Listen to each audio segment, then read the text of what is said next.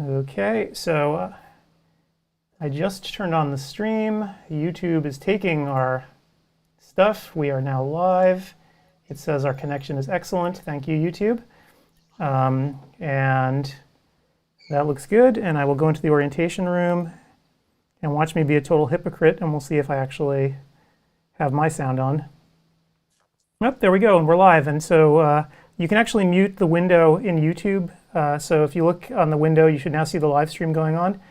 You can actually mute in the lower left-hand corner if you put the cursor over the screen. So I don't know, where am I looking here? I just see CEwire. Yep, so lower left-hand corner of the screen, you can... Recent video? Yeah, I have that also. I don't have that Lobby. You want us to go to the lobby? Correct. Yep. Sorry. Lobby or home?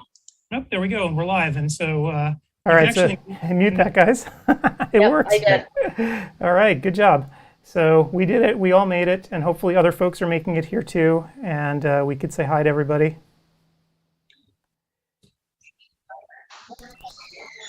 Okay, you got to mute that, guys. Got to mute that. I'm muted. Okay. And we're muted here. All right. Oh, Kyler's here. Hey, Kyler. Okay, so that works. And I think we're all good here. So let me clear this layer off so everyone can see us. Hello, everyone. Welcome to the orientation tonight. And if you don't know me, I'm Adam Farkas. And with us here tonight, we have, as you can see up on the screen, Steve Silberberg and Gretchen Bailey and Paul Farkas lurking here somewhere. He disappeared. So hopefully everyone's getting in here and they can all see what's going on. So, you know, my hope was that a lot of people would show up tonight so we could really stress the system out. Since we have almost 2,500 people registered, I suspect we're not going to get that many here tonight. So, but we're going to stay here, or at least I'm going to stick around here for the next 3 hours. So when people enter this chat room, I can actually help you out and show you what's going on. It was really impressive, Adam. Quite an impressive setup. Well, yeah. You don't know how much work he put into it. I mean, I don't know how much work, and I know how much work. If that makes any sense? So, you know, this year was extra special and a little bit different for us because, you know, we rebuilt the software from scratch with the help of our friends at Audentio, who are actually, they're here tonight. You can actually see them in the chat room. They're watching everything that's going on because they want to make sure this is going to work too. So a lot of the stuff that we did this year was very different than in past years. You're going to see the sessions are going to be a little more interactive. You're going to see there's going to be ongoing discussions in the forums afterwards. So it's just, you know, very different from the old days. The other thing that we really tried to stress this year and so Scott just said, I can't hear you. So Scott, if you are muted, you can unmute the audio in the window. And that's one of the important things. One of the important functions that you can do here is unmute. So in the lower left-hand corner, you can see a little button that says mute or unmute. If he can't hear you, I'll send him an email if he doesn't get in. Yep. I can actually type it. Okay, good. Good. But we're not under the precipice of the parent company that we would pay money to. That they were very good at the beginning. They changed some employees. They became worse and worse, Gretchen. And at the end, Adam had to do essentially all the work. Me also. I had to do some collating and stuff. So, well, it became impossible to deal with. And Arbor got worse and worse. So this became a necessity, which is going forward going to be great. Yeah, so the platform itself is great, and we have, you know, one of the architects of it here actually is reading along with us tonight. So, hey, Kyler.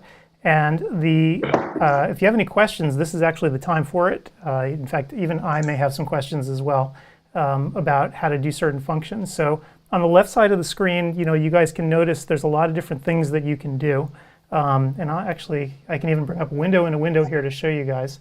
So let me pull that up. So this is going to look a little bit weird to you because you're watching me inside of a window already.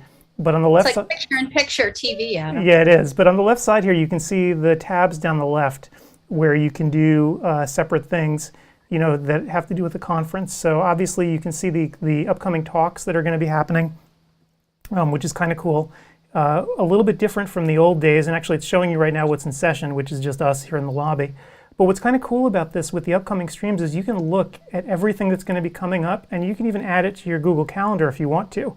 So you see that it shows you timing here on a lecture. So so if we pick one, actually I'll pick Steve's for giggles. So Steve, here's your lecture, and it tells you when it's coming up. It actually has a countdown timer, and you can add it to your Google Calendar as well if you click there. So if you don't want to forget when to show up, just do that, and then it'll ask you if you want to add it to your Google Calendar, and you can say yes.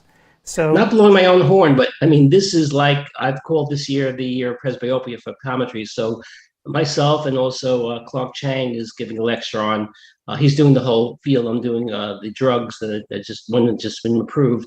I think it's going to be a big deal. So I think it'll be one of the lectures that people should really watch. And I'm not biased. Yep, oh, not at all.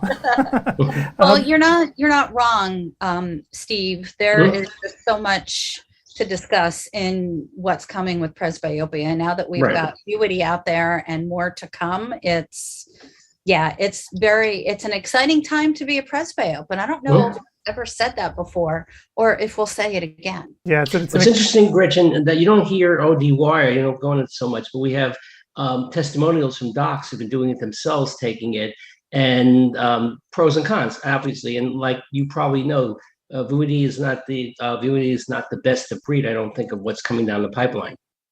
Yep.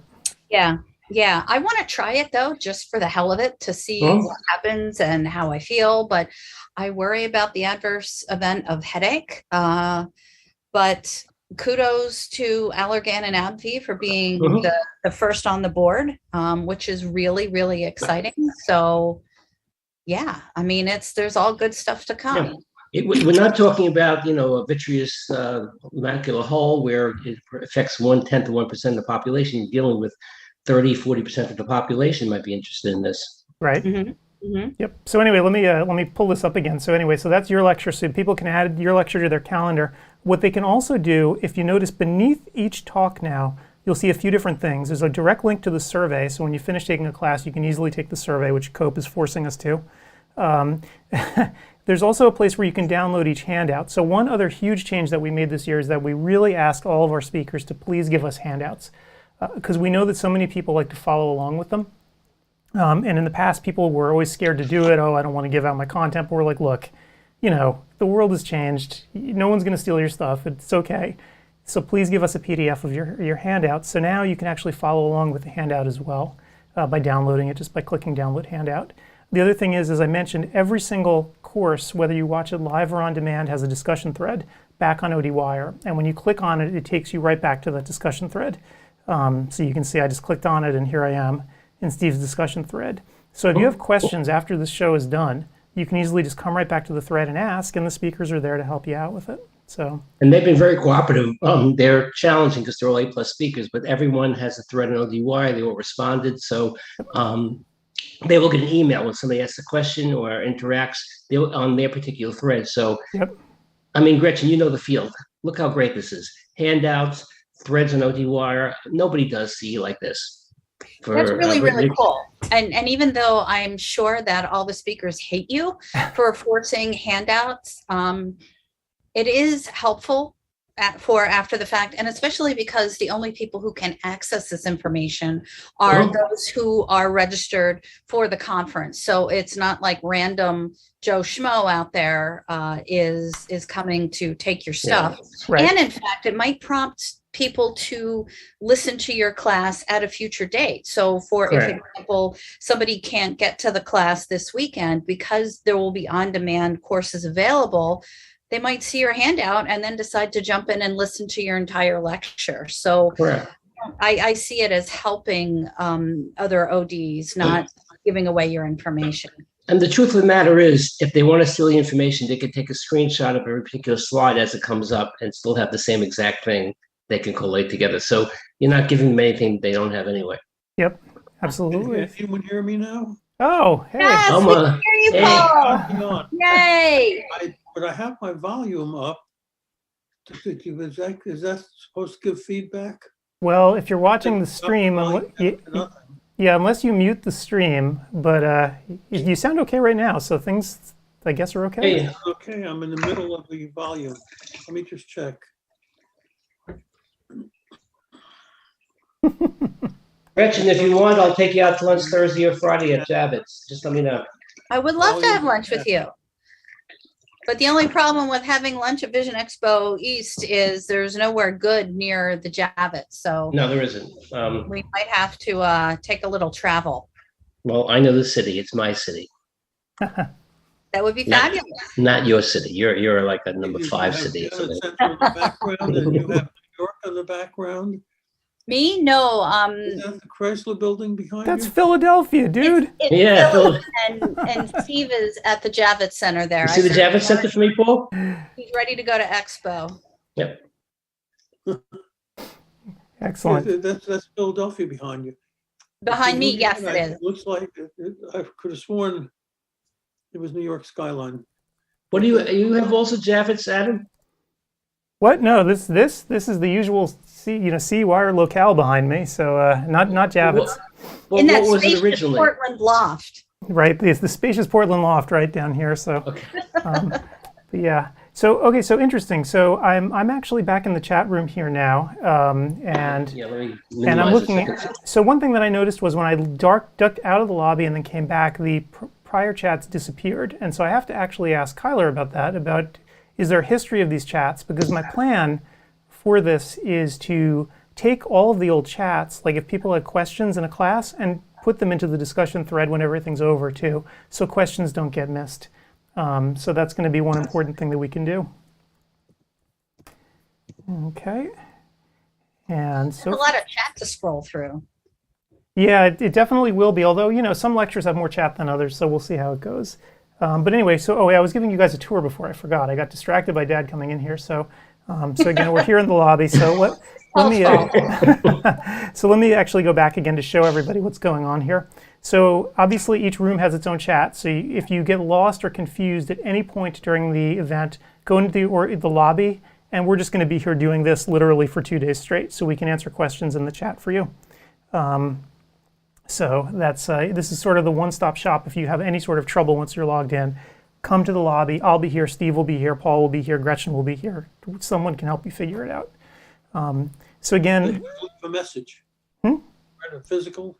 well, to yeah, write out their question. right. So they can leave a message. You can see on the right side of the screen, Dad, there's a place where they can just type in a chat message, and that is good enough, because once we have, the message there, we're all going to see it, and we can all help. So, I wouldn't be too concerned about getting help at this event, because we're going to be very present. The other thing that people have asked that they wanted from the last event, because remember, we first tried using this software with Nora way back when.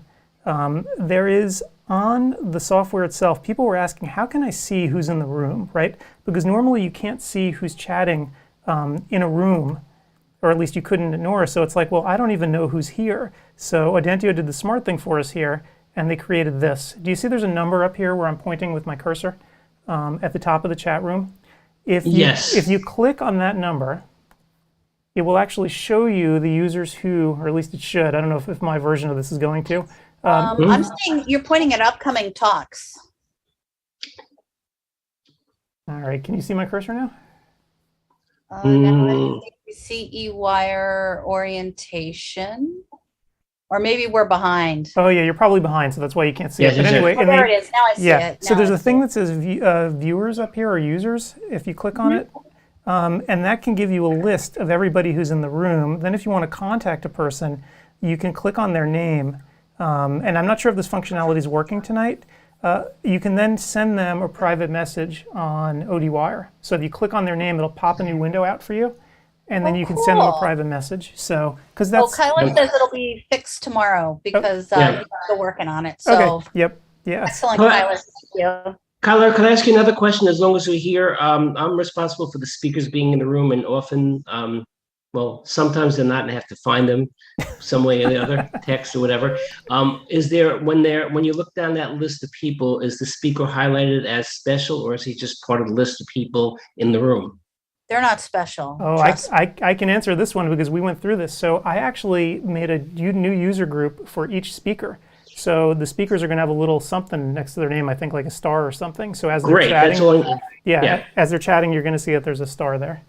Just imagine me going through 800 names to try to find a name to make sure he's there. That's what Right. I've been doing the last 7 years. Right. And I think, Gretchen, I think you have a star too if you want to start chatting with people, and Paul does too, or if you don't today, you will. Oh, I'm so- special.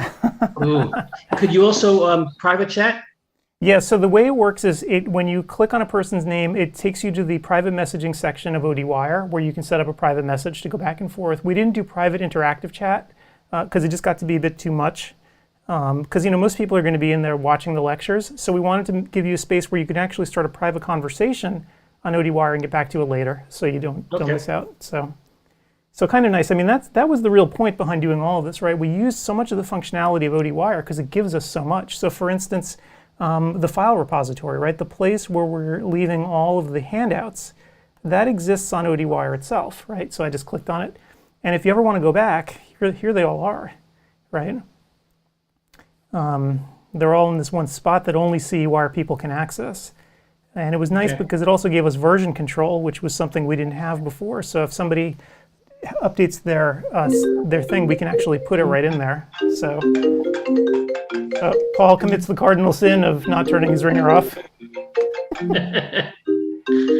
Hello. At least he's not watching porn. Yeah.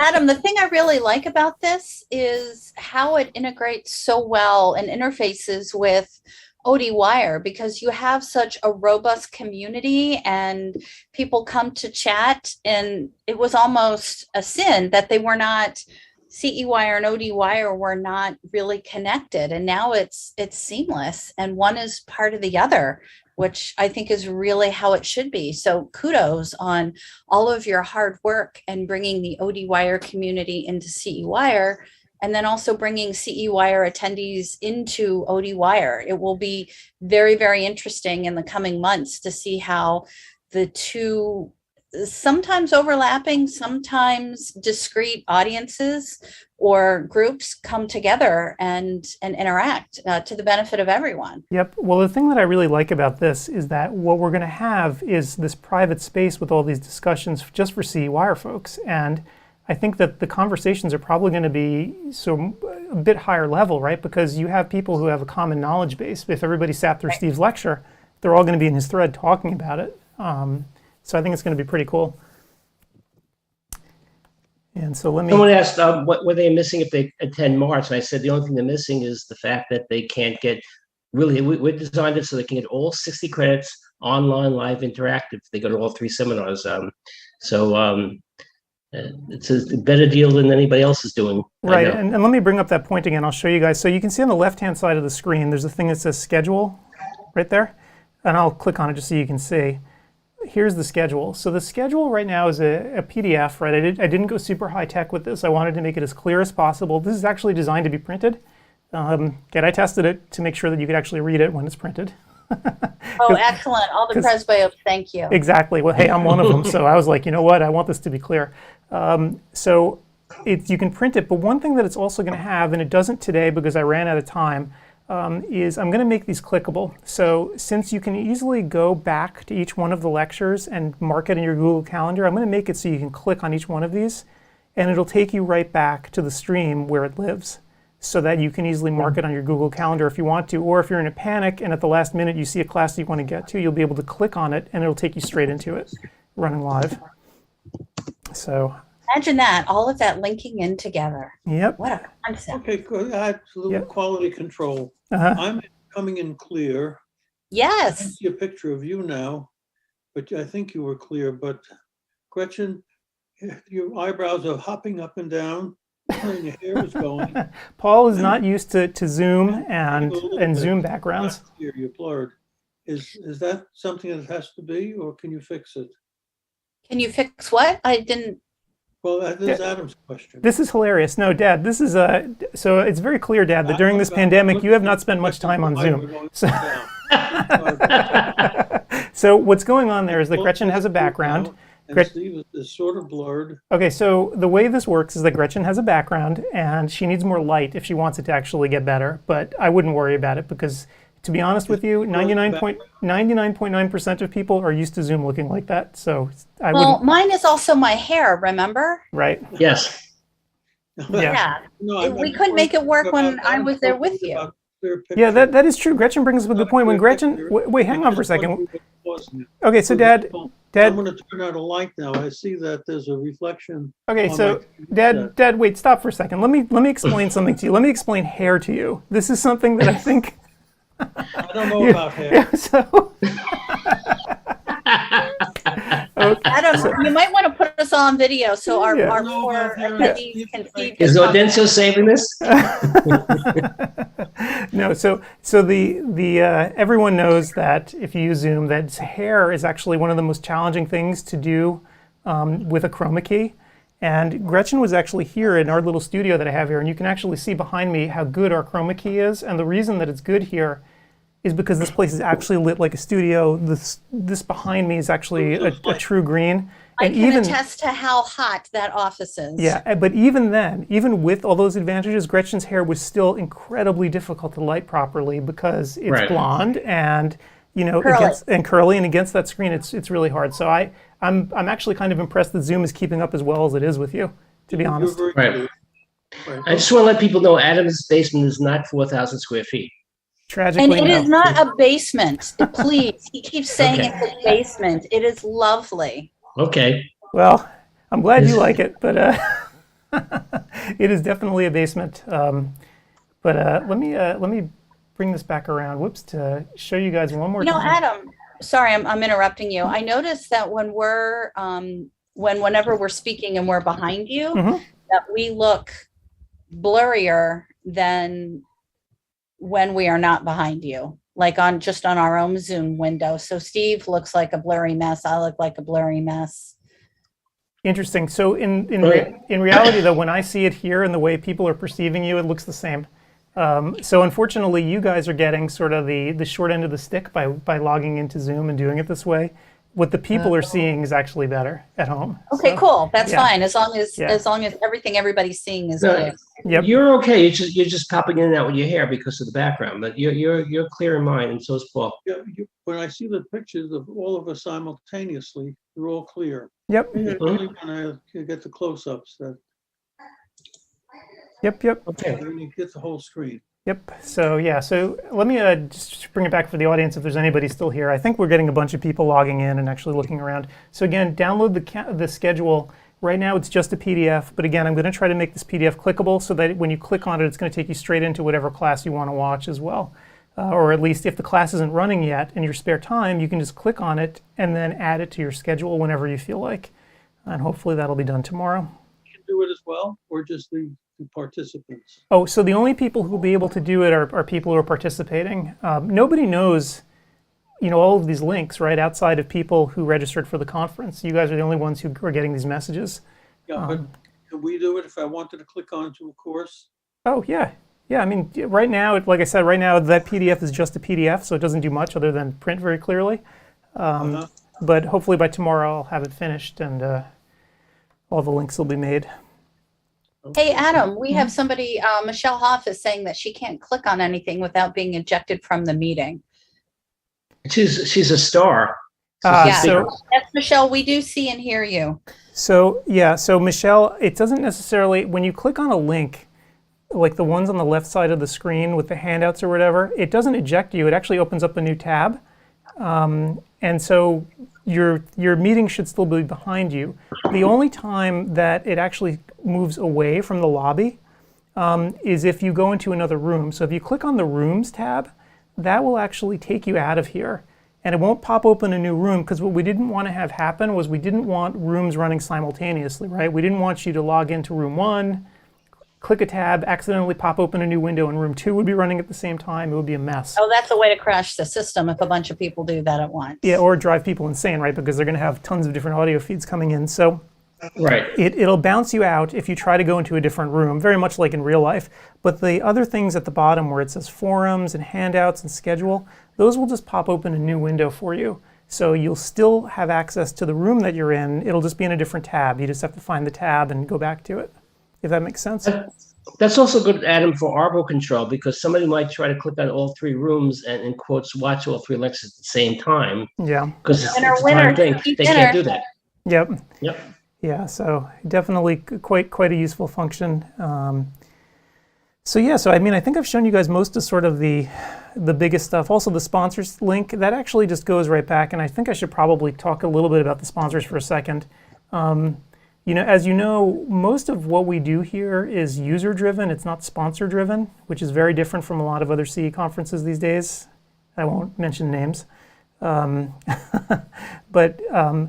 we do have sponsors for the conference, but instead of sort of having an exhibit hall where no one really wants to go because they're too busy with classes, what we did was we set up a spot inside of ODwire in the private discussion forum where each of the sponsors are going to have their own threads stuck to the top here where you can go visit them. And that's where they're going to start advertising their special discounts for you. And that's where you're going to be able to contact the folks. Because our feeling was, since the conference is going to run from now through August, right, you should always have a place that you can go back to and a place where the sponsors could continuously update what they're doing to sort of show you their latest offerings, as opposed to an exhibit hall. So anyway, that was Do the sponsors run in order? I see things mixed in. So it's not going to run in order because remember, this is just ODwire. So whichever sponsor posts the latest update, they're going to appear at the top of the sticky threads. It's their incentive to actually go in and continuously update it. So that's where they're going to be. And again, the sponsors will also be in the lobby, probably in the chat. We're going to interview a few of them as well. And you'll get some e-blasts from me as well, talking about their different deals. So. What are you drinking, Steve?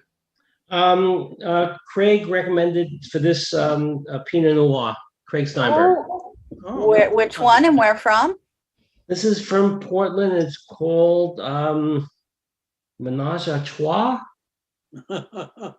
It's a cheap one, $13 in Walmart. $13. You had that one, Adam? I have. I mean, it tastes very much like an Oregon wine. It's good. I'm not a huge snob. My palate's not good enough.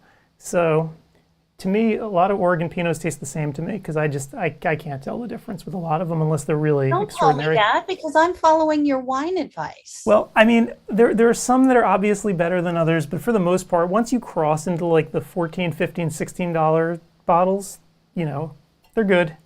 $6 or $7, not so good. Jamie in the chat room says our jokes are getting cornier and cornier. Not wrong. So I'm glad Jamie made it in here. Jamie's obviously one of our speakers, so looking forward to hearing. Where do I find the chat room? So that is on the live stream itself, and you're probably not logged into it. And actually, for you right now, I would recommend not logging into it because I know what's going to happen when you do. I'm not even sure I'll be able to duplicate what I did. Do we need to have Reed come over and sleep over at your place the night before so he can come and help you? Woody Allen story where we first heard about the elevators. They didn't know how to handle it until the elevator gave him an anti-Semitic comment. Oh wait, we're getting a comment here in the chat. So Denise asked a question: can people hear or see you? No.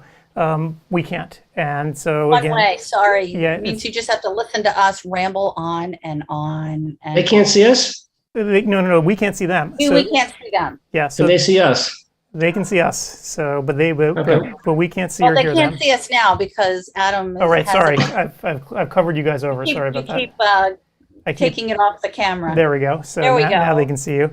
I want everybody to wish Jamie congratulations. She just opened a new practice in Texas, and she has one in New Jersey and Nebraska. And no, I'm kidding, but so best of luck, Jamie. Well done. Excellent. Open cold? And no, well, she can decide that, but she also has a practice in New Jersey. Now she does it with two children, probably 5 and 2, something like that. Oh my God. Wow. Rockstar, Jamie. Good for you. That is crazy. That's quite a commute. Okay, so let me actually show you guys. I'll put up the screen one more time again to show people as they're coming in. A couple more, important things. Somebody asked about Arbo, and that's actually a really great question. So, what happens with CEwire, and even more so now, is we're obviously keeping track of everything that's happening. If you watch live over the weekend, you don't need to take any quizzes or anything. If you watch on demand, then you have to take a quiz. And I can scroll down here and show you. We've actually, I guess they're not here right now because we're live, but we have the on-demand talks. I guess we disabled them for now. Once the on-demand talks won't be available until after the live event is over, then the Monday of the Monday after the live event, on-demand talks will be there if you want to take them. But again, for ARBO purposes, if you don't want to have to take a test, watch it live. So that is I guess that's a plug for watching live. That is my key advice to you to avoid the test. But you can also take those courses again if you didn't understand what you heard the first time. So you'll have the exact same course that you can watch again. Correct. Let me actually scroll down and see if I can show you the on-demand classes, because you can't actually access them now, because again, they're not going to be open until this. By the way, as I'm scrolling down here, you're seeing all the courses that are at the event. So if you wanted to, you could add them to your calendar quite easily. But as I scroll down, see the ones that say on-demand? So they're not available, and they won't be until the Monday after the conference is over. But you could, in theory, add them to your calendar as well if you wanted to watch any of these on demand. But if you do watch on demand, the critical thing to know is that little button right there, quiz. You got to pass a quiz at the end. If you want credit. If you want credit. I mean, if you don't want credit, you can do whatever you want. But yeah. So one other thing that's, I think, also interesting about this that's a little bit different from prior years is because so many people had questions about ARBO and COPE, in front of every single lecture, there's a public service announcement that I do explaining to you how it all works. Each one's, I think, about a minute long. I cut like 4 or 5 of them so that I tried to answer the most common questions that people have about, like, when do I get my credits? You know, how's it going to work? So it's all in there before each video starts, right? Before each lecture, you're going to get advice about what to do. So hopefully after you see it, like, 10 or 11 times, you'll be sick of it, but at least you'll, know what to do. Yep. And somebody asked if they have to keep on doing things or they're going to get their transcripts right away. I think within 15, 20 minutes, they'll be able to download it themselves, as well as eventually we send it into ARBO. Correct. So on the left side of the screen here, you can see where it says transcripts. It'll actually keep track of what you've done. And that usually takes, I think, about 15 minutes for it to update the latest class. So you can look as the days go on, all the courses that you've passed. Then there's going to be a repository on ODwire itself, a permanent one, where we're going to keep links to your transcript, right, with individual certificates and then the transcript that has everything on it. And that's going to be permanent at ODwire now. So we're already storing the NORA transcripts there. We're going to store CEwire2022 there in any future conference. So it's going to be like a common page that you can always go back to get your transcripts in the future. Again, it's another benefit of the new platform. It makes it much easier for us to put all the transcripts together. So when it says quizzes below transcripts, it only shows the past quizzes? No, so that link that says quizzes is actually a list to all of the quizzes. So it links to all of the on-demand lectures where you can watch the video, and then when you've done that, take the quiz. So it gives you a very concise list if you want to be able to find it. What's that? And also, Adam, to make it complete, as you do things, if it's not complete, if you didn't listen to the whole lecture or you didn't take the quiz, your particular, what do you call it, the interface will show that you haven't done it. Right. So people know they have to listen to it again if they listen the whole time, or take the quiz.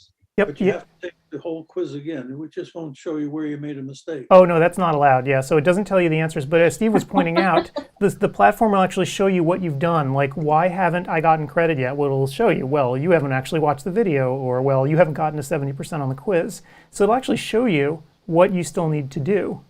So I'm asking dumb questions, even though I know the answers. But if you have 2,500 or 3,000 people, these questions are going to come up. Oh, absolutely. No, these aren't dumb questions at all. In fact, that's why we wanted to do this orientation, so people can get used to this since the software is brand new. Yeah. Yep. So there we go. So hopefully people will like this. I mean, I think to me, this software is definitely much better than the old platform that we were using. It's just different. So I think a lot of people who've done CEwire since the beginning might be a little bit, thrown by it. But once they get used to it, they're going to see it just works so much better. Scott Barnett, my good friend, who is also a pediatrician, said, "This is amazing. Now I only have to leave my house." I told him the pediatricians should do the same thing. Yeah. So, medical CE is a little bit different. They have really embraced the internet in a huge way. At least a lot of the states have. So optometry, unfortunately, Unlike optometry. yeah, optometry is probably a few years behind. Maybe we can drag them kicking and screaming. Yep. But, yep. So, Scott can comment. CE in medicine is pretty much interstate, and there's no restrictions. yep. Yeah. I mean, it really depends on the state that you're licensed in. But some of them, like I'm licensed in Florida. It's anything goes. I mean, you can do 100% CE online.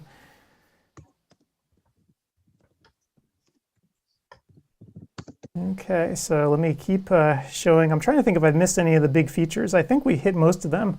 I'm trying to think, like, with CEwire itself, the discussion forums, I really feel like will be a big value add for everybody if, we can get the conversations going there and keep them there. People ask. Hmm? Right, if people ask. And the way there's outstanding questions, it's highlighted, correct? For example, you're showing the sports vision. Somebody has answered on the sports vision. Correct. Deanne actually made a post. She said, "Hi, everybody. Looking forward to the weekend." Yeah. So, I was impressed when I saw that some of the speakers went into their threads and made a welcome comment. So I think that was very well done on the part of the speakers to Yep. begin that. We made them. at gunpoint. Good. I'm glad. I'm telling you, well, you need to be a bigger bitch and handling all of Some of the this. speakers got to be as dumb as me when it comes to this. I don't know.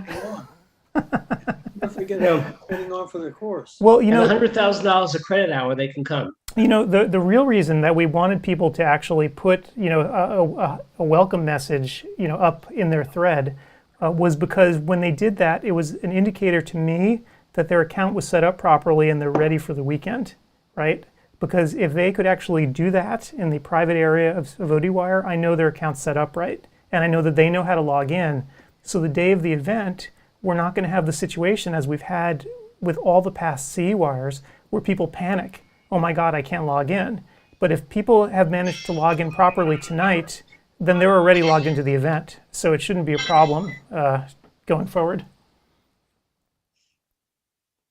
Let me pop this down and we can show you guys. Oh, Steve Sorkin is here. Good. So it looks like a whole bunch of our speakers have made it here tonight. Art is here, the future of CE, huh, Art? Wow. I said, if the number one optometrist in the world, or the country at least, is impressed, anybody else should be impressed. That's right. Our Art is number one. You know that, Gretchen, right? He was voted number one. I did hear that. Yes. Yep. Okay, and we stuffed the battle box. And we just Fabulous news. And we just had a question, and I'm going to type it in the window too so people can see. On the left side of the screen, you can click on the link that says schedule.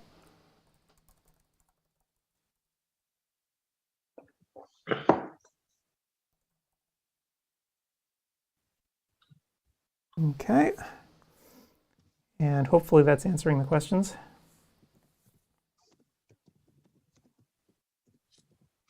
And what's the lag time, Ed? So the lag time on the stream for people seeing us is probably a good, I would guess, 15 to 20 seconds. It depends on what the provider is doing on their end before they restream everything. The lag time on the chat, this is actually a really good question, and perhaps Kyler and the rest of the folks at Audentio can answer this. How long is the lag between the time somebody types something in and everybody else sees it? I know it's really short because they've done an incredible job building the system. I mean, maybe it's on the order of a second or two or less, but I'm curious as to what their answer is. About a second behind. Well, Adam, just test now. 1, 2, 3, test. I like your counting. So I just By the way, test. Gretchen, do you want me to prescribe the Allergan drug for you? Sure. So just send me your pharmacy, your date of birth, and that's about it. Excellent. Will do. Thanks, Steve. I want to know. I want to know myself. Yeah, I want to try it. I'm considering trying it myself, but I'm pregnant, so I can't do it yet. Well, I wish you all of the luck in the world on the new baby. Shucks. Oh, and so the Great news. sorry, I don't mean to interrupt, but the question is, what is the desktop version of the software? So I think what Kyler meant there, or whoever was answering at Audentio, on the left side of the screen, if you're not using this on a phone, right, you should on the left side of your screen have a full bar that shows you the lobby, chat, forums, the whole thing. Let me actually bring it up again so people can see it. On the left side of your screen over here. And that's permanent. That bar should be there all the time while you're using the system. And so that should always be there, you know, throughout your days of actually taking the classes. So, and the schedule link is right there. And the famous James Finelli is here. Yep. I plan on taking a trip to Italy and Greece with him in a year. One thing's I want to know what saver. kind of wine Jim is drinking and what he's having for dinner. Good question. We'll find out. Yeah. Let's share it with us because he always has something good to eat and drink. Right. And so just so everyone knows, it looks like right now, just in our little lobby area right here, there's about 75 of us. According to the stream, that's, you know, it's showing the stream statistics. And right now, I don't know how accurate that is, but that's, you know, at least we're getting a decent number of people showing up, so we know the system's working. Yep. I had 74 friends. Now, I'm not seeing that on my end. I saw it where you had it, Adam, and maybe I'm just not looking in the right place because on the chat at the top, I see 0. Yeah. James says Red Brunello, by the way. Yeah, so Gretchen, I'm not sure why the chat icon is showing that inside your window. I can tell you here, though, the stream number that I'm showing on my thing, that's the actual number of people plugged into the stream watching it. So that number I know is accurate. And again, I'm not sure if the chat function's fully working tonight. I know that they said they were working on it, showing the number of people and being able to actually, you know, pick out individual people and send them private messages and stuff.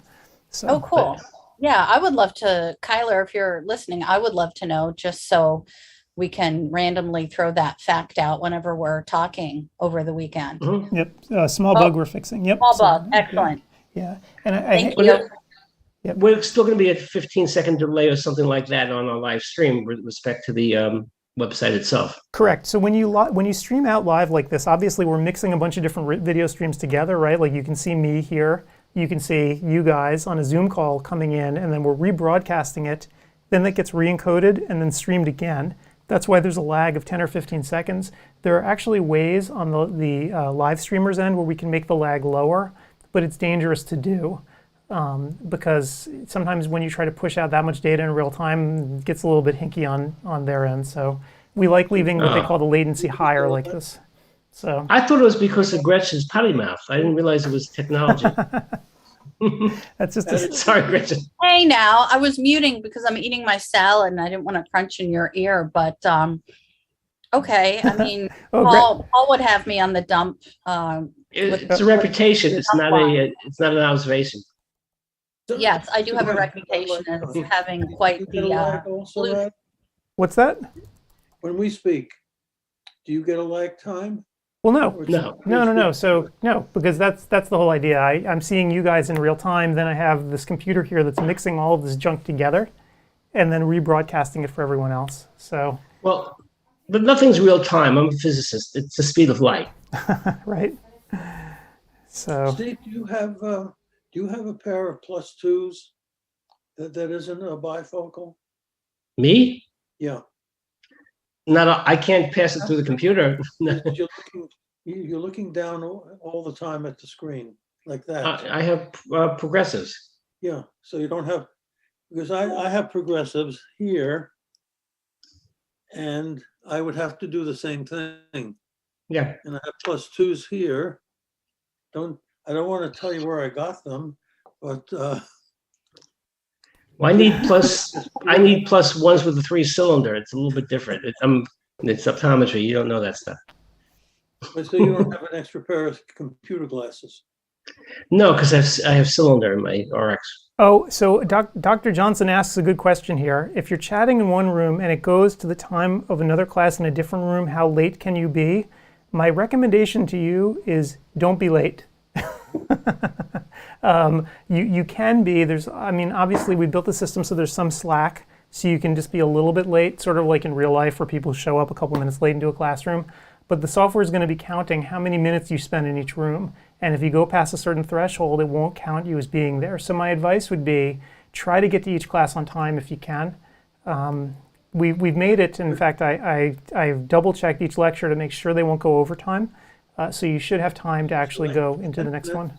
Plus, Yeah, we also build in time for the speakers to interact with questions and answer afterwards. So the lecture should be 50 minutes. Some go a little bit longer, but you should Right. have plenty of time to go from room to room, Dr. Thomas Johnson. And again, the important thing too to note is that even if you don't have a lot of time, because some of the speakers did really use up all their time, so that you may have like 2 minutes at the end, we're going to have the discussion. What is that? What, my head, what was that? That's horrible, whatever that is. That was horrible, That Steve. was your message to me. Steve, was that your phone? You have That to was- mute it, my good Gretchen sir. sent me a message. You're I supposed to mute. Oh, on the phone. Yes. because Okay. a Jesus, mic man, going I got them in years here, and even I heard that. Good Lord. Okay, now you know my message. You should hear my phone ring. Oh my Whatever. God. Well, at least my text went through. Yay. Yeah. Oh my Okay, God. well, I'll do it first thing tomorrow morning because they're probably not open now after 7. Sure. So the Okay. point that I was making, definitely get to the room on time. But if you are chatting and you have unfinished business, remember beneath each lecture there is a discussion thread, and I urge you to go to it. And what I'm going to do is copy the logs of the chat out and put it into each one. Again, I'm going to show you exactly what's going on here. Let me pull it up so you can see. Beneath each lecture, do you see where it says lecture discussion thread? I'm going to post the chat logs in each one. So if you're stuck in a conversation and you feel like you have to leave, I'm going to put the chat right in here so you can always come back to the discussion thread later and keep on talking. Right? So the conversation is going to continue afterwards. And then again, you can also privately message the speaker if that's the person you're talking to as well. So. There's a conversation between Art Epstein and Mike Olson that he's not coming if Art's coming, and that we're gonna have to put them in separate rooms or whatever. We're going to make Art brush his teeth, so he'll be fine. There is also a lag time, right? Not with chat. Each course is not on the hour after the first course. Somebody's asking for a copy of the schedule. Where could they download? I know we sent it to everybody. Right, so Could you on download- the left side of the screen, there's a link that says schedule, and I'm going to actually paste that link right into this chat as well. And so you can download the schedule right there, and that will always have the most up-to-date schedule. So. It's very good. And just try to plan it so the ones that you have to do, some states require oral, some states require trafficking, some require narcotics. So you want to take those first to get them into your hopper, and then later on you can take stuff that are of interest and just to build up your CE. Yep. And you can see here another question that someone asked me. They're like, why does it seem like we have so many courses this year? Like the schedule looks a lot fuller, right? If you're looking at it. It's actually the same number of courses, but it's a fewer tracks. We cut one of the tracks out. So we have 3 tracks instead of 4, and we're doing the event 3 times. So in theory, you could actually get all of the credits, right? If you stuck yourself in one room one day, another room the next day, and a third room the next time. So that's why we did it this way. It definitely is a very full schedule, though. Right. And most states will allow some online on-demand enduring. It's called CE at this point, so you can take it even in between. But we try to do the best we could. Yep. And somebody just mentioned, by the way, to download the schedule and see all the links on the left side of the screen, you may have to scroll down a bit. If you are a presbyope like I am, sometimes you make the text bigger in your browser, and when you do that, you have less real estate for all the links, and they sort of scroll off the bottom of the screen. So what you want to do is go to the left side of the screen and then scroll down, and then you can see the particular link. So you see I just did that. Young folks will not have this problem because they will have text that is microscopic and they will be able to fit everything on one screen.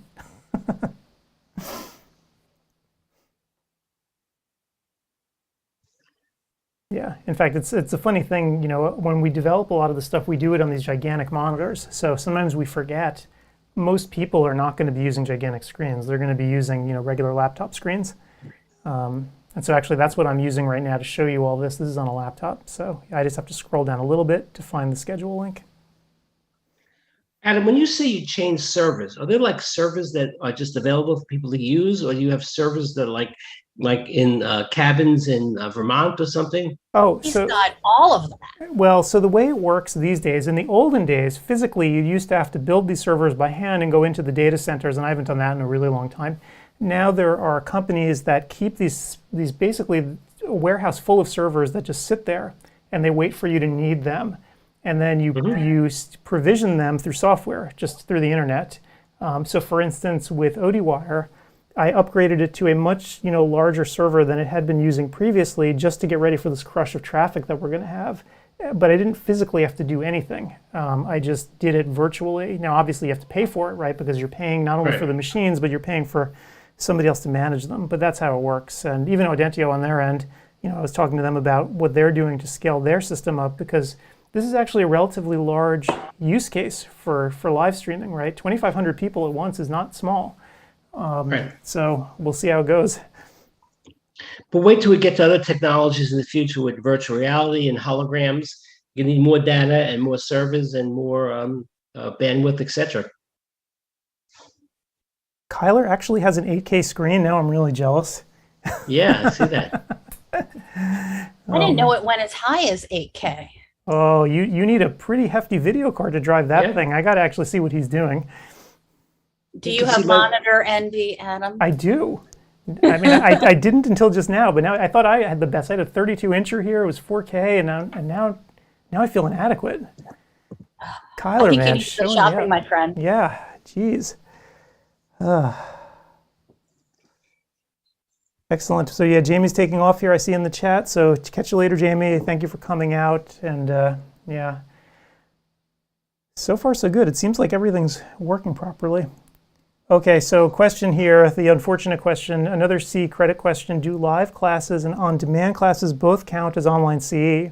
Or do We'll pour a glass of wine, Russ, and we'll have that conversation. Yeah, I think you're about to have a couple of rants coming on here. So back in October, Arbo decided, right, that the pandemic was over.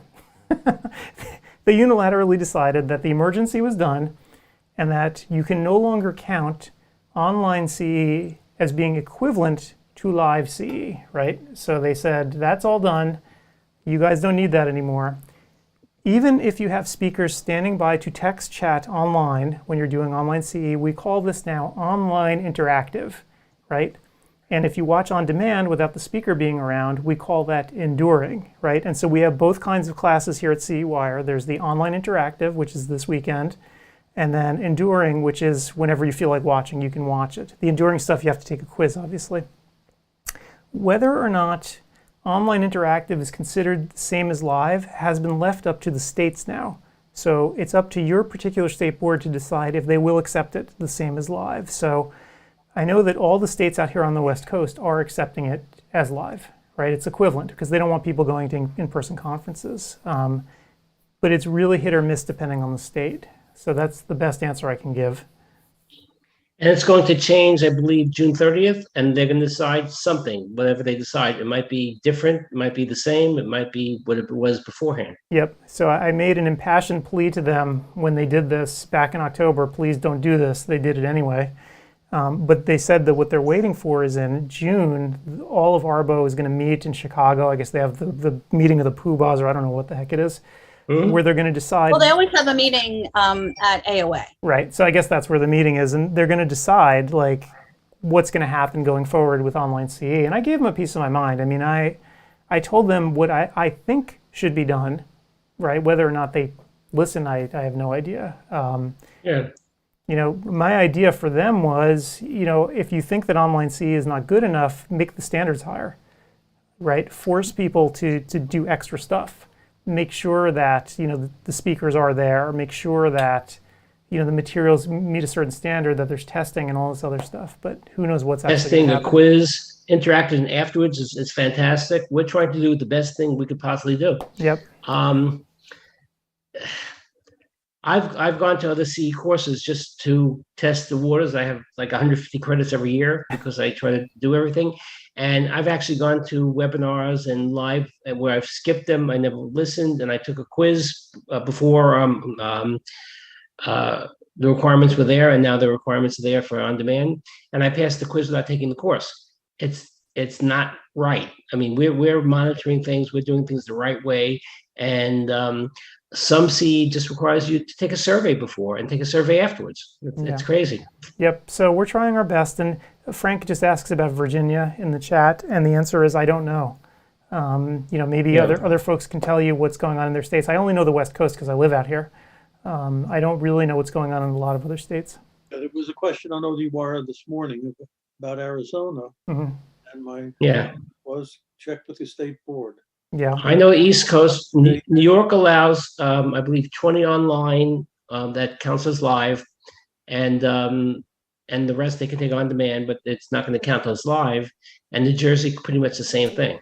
right. So it's a lot of credits, and you can build. Also, the aspect is for the people who are board certified from the ABO, you need 100 credits every 3 years, and they allow everything. So this is a great platform for them. They can take 60 credits now and 40 credits next year and get all their requirements within 2 years. Yep. And I'm answering a question about how do I actually access the lectures on Saturdays. So you did the hardest part right now by logging in. That was the biggest challenge.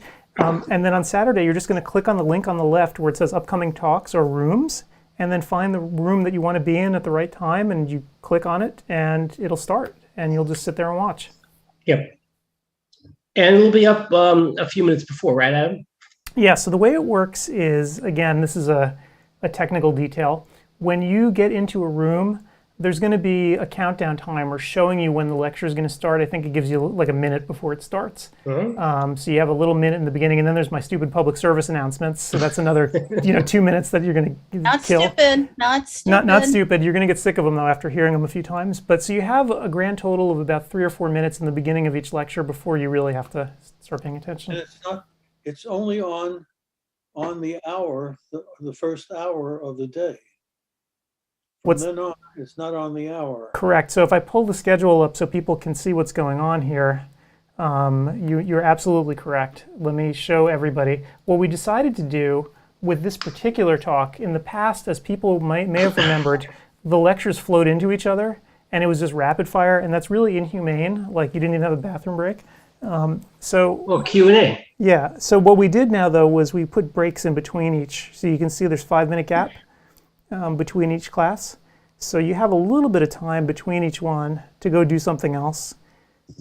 So, but again, that's why you should really consult the schedule. You should consult the schedule to know exactly when each class starts.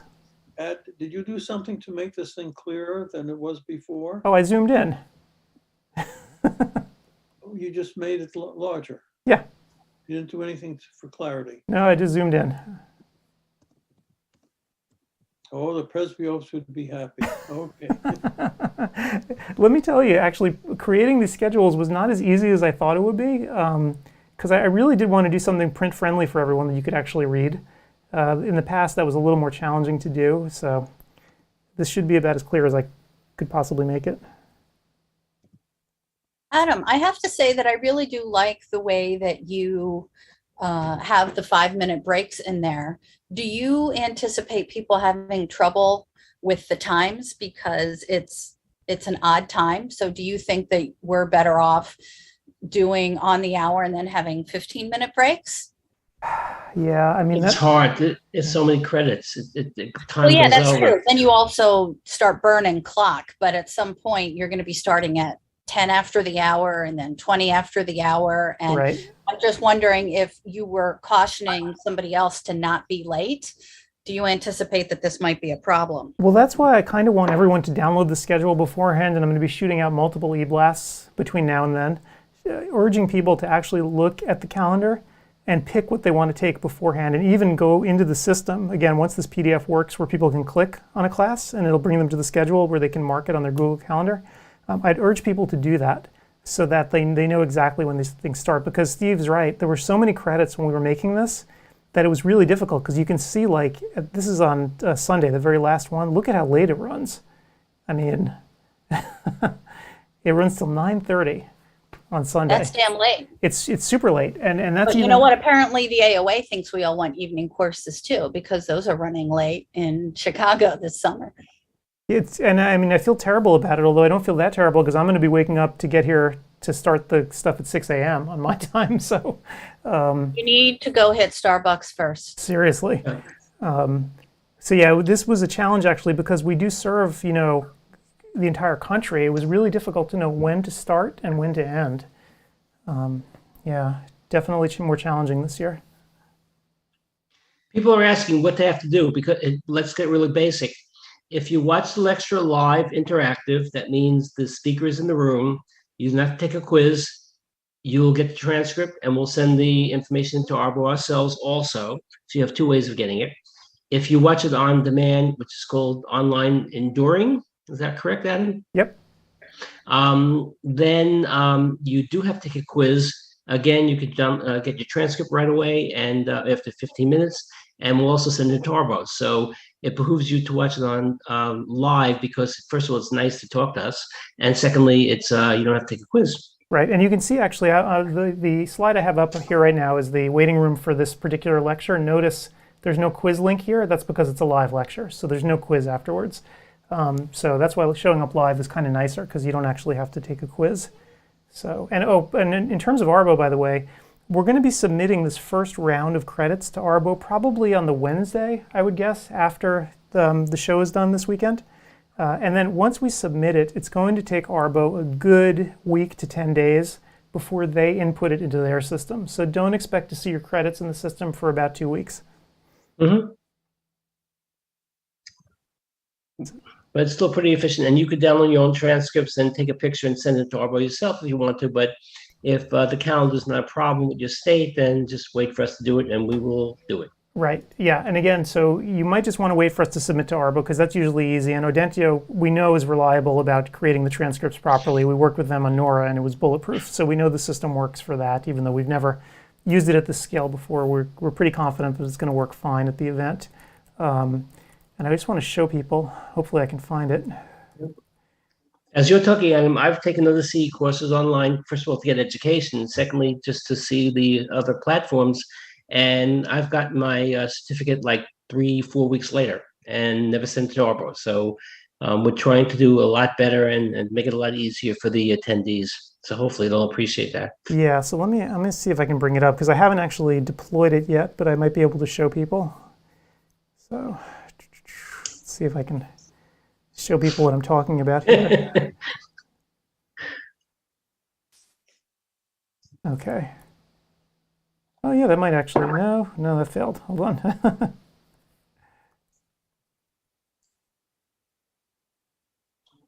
Okay. Oh wait, that worked. Okay, so let me actually show you. The transcripts will have a final resting place where you could download transcripts and certificates on ODwire itself. So you can see I'm on ODwire right now. There's going to be a page where we're housing everything. So the only thing that's there right now is the transcripts from Nora. And if you took part in the Nora conference, you'll know that that's there. And you can see here are the certificates, the individual certificates for this lecture. So let's say you needed to actually give someone an individual certificate. You can click on it, and there you go. Obviously, the CEwire ones will say CEwire. And then we also have the same form as we have in past years where you can view the whole thing. Again, this is not glamorous looking. It's not designed to be pretty. This is designed to send into a regulator. So that's why it looks the way it does.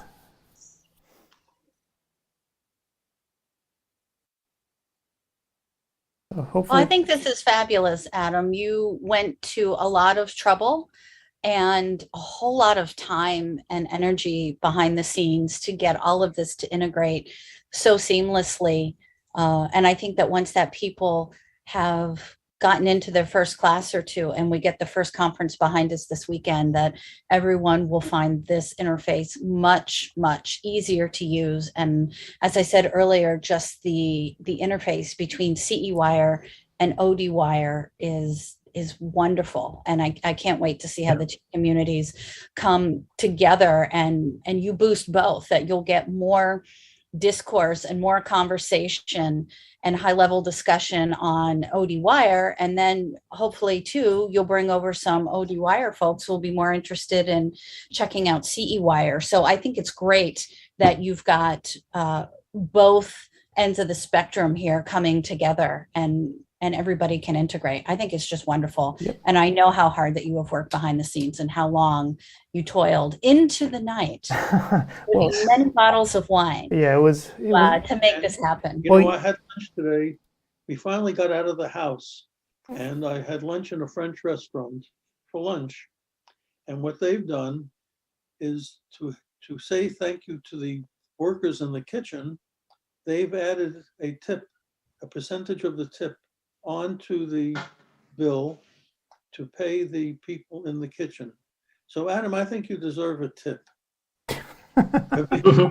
The tip, look before you leap, my friend. Yeah. There you go. I'll give you a tip. Oh my gosh. You know, I think as hard as I've worked on this, I have to really thank the folks at Audentio, so our development partners in this. So Audentio, you know, what they do, and the reason that I know them at all, and I've known the folks there for years, is because the software that runs ODwire, you know, the software libraries that it's made up of, Audentio, they're experts in it, right? So when What's that name mean? What's Audentio? you're going to have to ask them. But, you know, so the software that underlies ODwire, you know, they're experts in it and have been for a really long time. So when the time came for us to really make the move and, you know, try to move away from what we had before, they were obviously the first people that I thought of. And it just so happened that at the same time that we were ready to make the move, they were building out their own live streaming platform for their own uses, right? So they have rock stars as clients, literal rock stars, who use their software to power their websites, right? Rock stars and gaming people and all this stuff. And so they happened to, you know, be in the right place in the right time, and so were we. And we were very fortunate, because otherwise I'm not sure how we would have implemented this so quickly and how we would have integrated this into ODwire so quickly. I don't think it would have happened. So thank you to them. Oh, we have something in common. People throw rocks at us too. So, Hey, speak for yourself, Farkas. With no reason. Oh my gosh. We're getting a lot of kudos from our speakers, and except for Art and Mike, I think we're gonna have a MMA boxing match between those two, but that's okay. Well, How do you? yes. Somebody's asking how to go to your room. I think it's pretty easy. Go to home and just choose a room and go.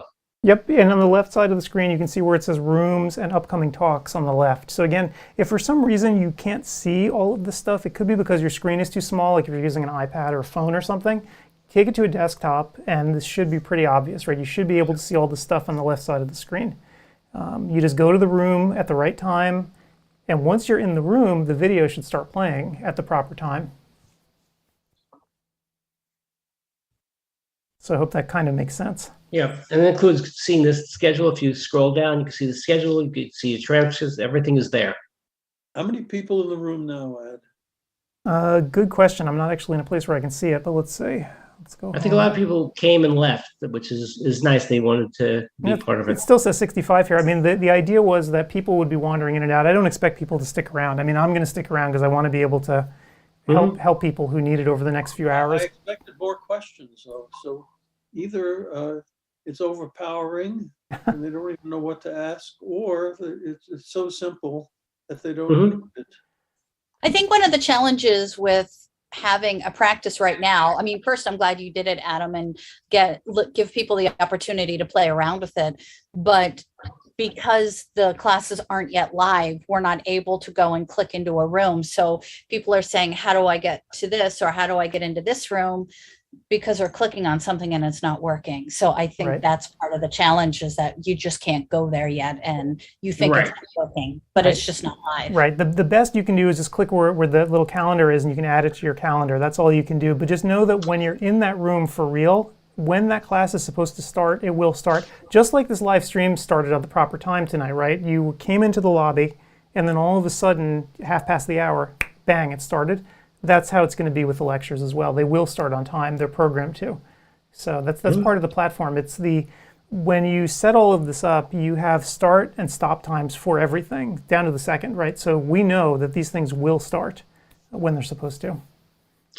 But Gretchen, you're correct. Adam and Paul usually do the live stream when I'm in the conference itself. They're trying to give support, and there's massive questions in our other platform, how to get there, how to do that.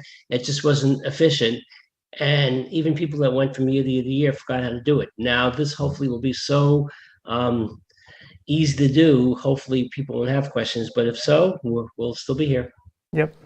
And we're going to be in control of support, not a person out of India 12,000 miles away. So we'll be able to help people. Part of what was great about working with Audentio on this project too, even though they had this product that they'd built for live streaming, right? They had very specific use cases. It was never designed for a private event like this. Working with them, they had a lot of trust in me because they allowed me to customize this in a way that I don't even think that they were expecting, right? So a lot of the elements of the user interface. That's because you're a geek, Adam. Right, so they knew we spoke the same language, probably because we've been all stuck on the same platform, customizing it for the past decade together, so they knew that I wouldn't blow stuff up too badly. But even things like the user interface on the left, like all these extra links and stuff, or the stuff that runs beneath each one of the talks, things like that, these are the customized things that their platform just didn't have before that we really needed. And I'm just glad that they were able to accommodate me because the other platform that they were using accommodated nothing.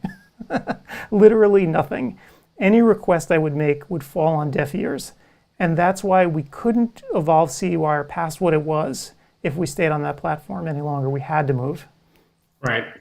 Including the collating of data. Imagine getting 60 speakers, various things in. The amount is voluminous. And at the beginning, they were great, and they got worse and worse and worse, and we just couldn't use them anymore. Yep. Looking towards the future, I don't know whatever happened to those folks from Estonia that wanted to register, but sooner or later, the World Council of Optometrists are going to get interested in us because we offer courses that they can't get anywhere in optometry in the world. So my question, Ed, is how difficult is it to put subtitles into a lecture? So the issue of closed captioning is an interesting one. In general, AI can do it pretty well these days. The problem is AI is not good at technical stuff. So it can handle regular English words quite well, but when you start talking about industry-specific things, like in optometry, it's a disaster. So what ends up happening is that you have to do it yourself. You have to manually go through the lecture and correct the places where the AI gets it wrong, and that takes a lot of time. Yeah, good question though. Because I remember one year I gave some courses in Switzerland. In those days, Bausch and Lomb paid the fare to go overseas, and they had a group from Japan that insisted on giving their lectures in English. And you couldn't understand a word they were saying, because most of them were wise enough to keep a translator side by side. So I guess that's what you'd need for this. Yeah, I mean, in theory, we could do captioning. It would just take a lot of work. It's, I mean, just having done this now with the 60 hours and not having to do something like that, just the sheer act of getting all of the lectures together and putting them into this format, it took weeks.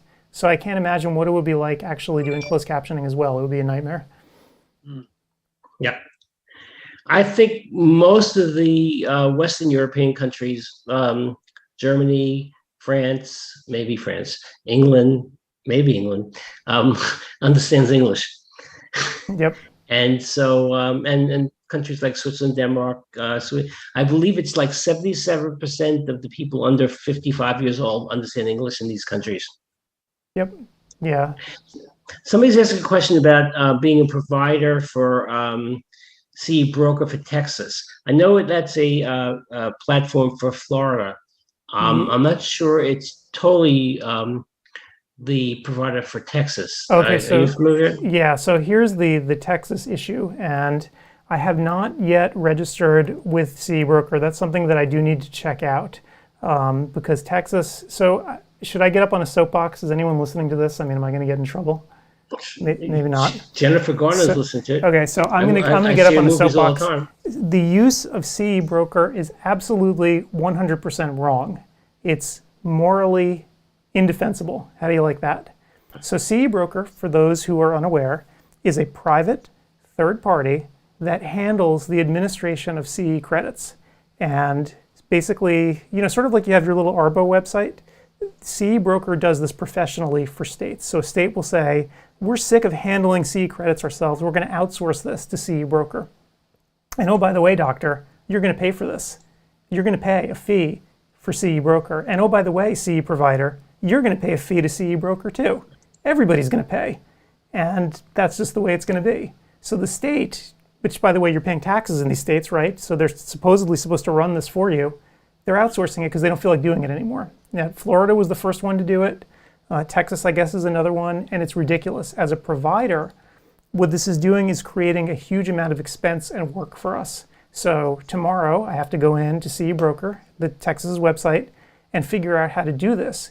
And not only do I have to register and pay for it, which is going to cost something, I think they want me to actually register each individual class at CEwire inside of their system. Do you have any idea how long that's going to take? It's a nightmare. And the expense. I say revolt, rise up. And they want, and every single state that's implementing the CE broker system is going to force us to do this.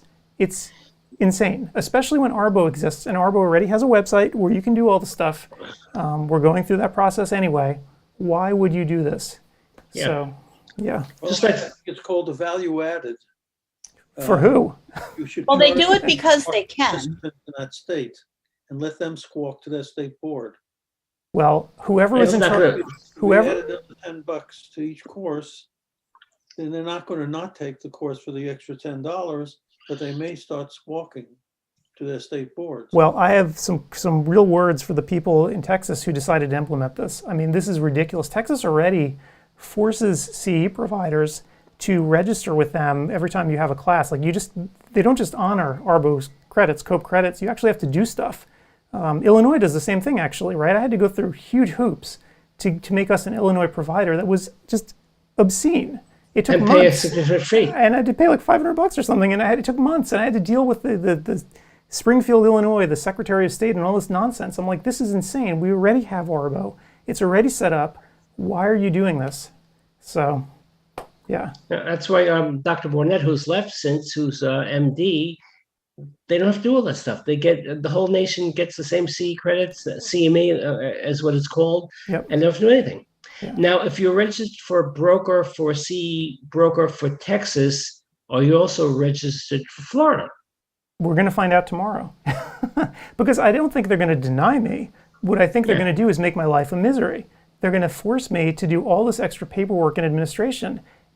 I don't want to do it. Hey, yeah. And in point in fact, I may not be able to do it. I may have to tell people who are in Texas, after you take CEwire, come to your transcript page, right? Come to here, to this transcript page that we're going to have for you, and download this thing yourself and send it into CE Broker, because we may not have the mechanism to do it easily.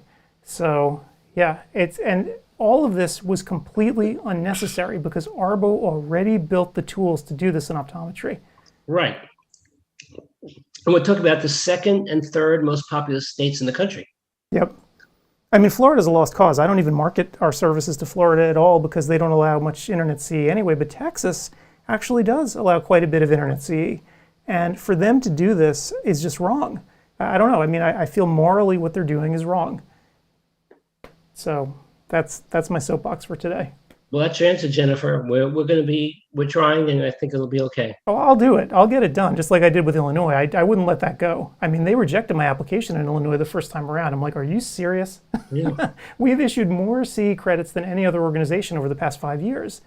And you're going to tell me that my application was invalid? So no, I didn't let it go. But that's that's just dealing with the state government. Yep.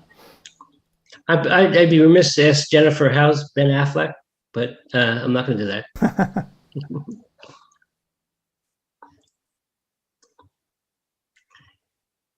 Yep. Yeah. Okay. So Jennifer said she wished she'd chosen ARBO as well, and so do I, because why wouldn't you, right? Because you know that the CE credits that you're getting in Texas, all of those lectures are going to be COPE approved anyway, right? It's going to be very unusual for you to take something in CE Broker that's not approved by COPE also. So it's really just duplicating, what already exists.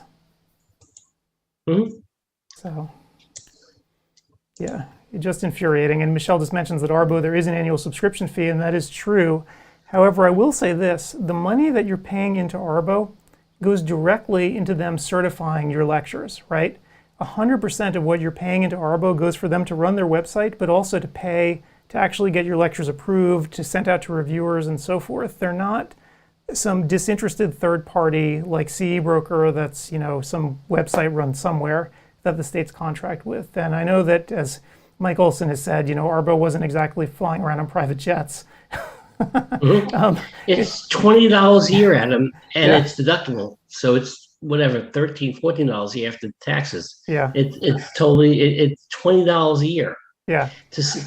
And you want to see a transcript anyway, because eventually people are going to go to Vision Expos or SECO or Academy or AOA, and they're going to get Arbo credits. right. So they have to then download those credits. So they have to at least pay the $20 for that.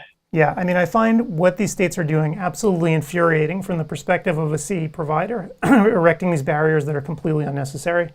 Yeah, and what it's going to ultimately do is drive up the cost of CE. I mean, if you do a thought experiment and think about what if all 50 states did something like Florida, or all 50 states did something like Illinois, we could never do this. CEwire wouldn't exist. Because the administrative burden of having to go through this each year, couldn't do it. So, Right. Once again, optometry, its own worst enemy. yep. Yeah. Yep, and again, we have Mike Olson here, who, of course, was the the head, right? I don't know, Mike, if you were the head of Arbo back when the OE tracker was created, but I really would love Maybe to he hear. was on the board. Yeah, I really would love to hear like what happened there, and why some states feel like they don't want to honor it. It just doesn't make sense. Yeah. But they have no control. If the state doesn't want to recommend or let Arbo be their source, what else can they do? Well, it might be a control thing, like you just mentioned. They don't have control over it. So Yeah. Arbo does. So that may be why those states are wanting to implement their own system. Because remember, legislated profession, we don't have a national, License, yeah. scope of practice or licensure or license renewal mechanism. But Gretchen, but why Texas and Florida? These are two states that barely have a state government that functions. I mean, I can say that because I'm a licensed provider in Florida, so I know how they work. I have my suppositions, but here isn't the place to air them. Yeah, I don't You quite think it's understand it. power or money, Gretchen? Both. Probably both. Both. Yeah.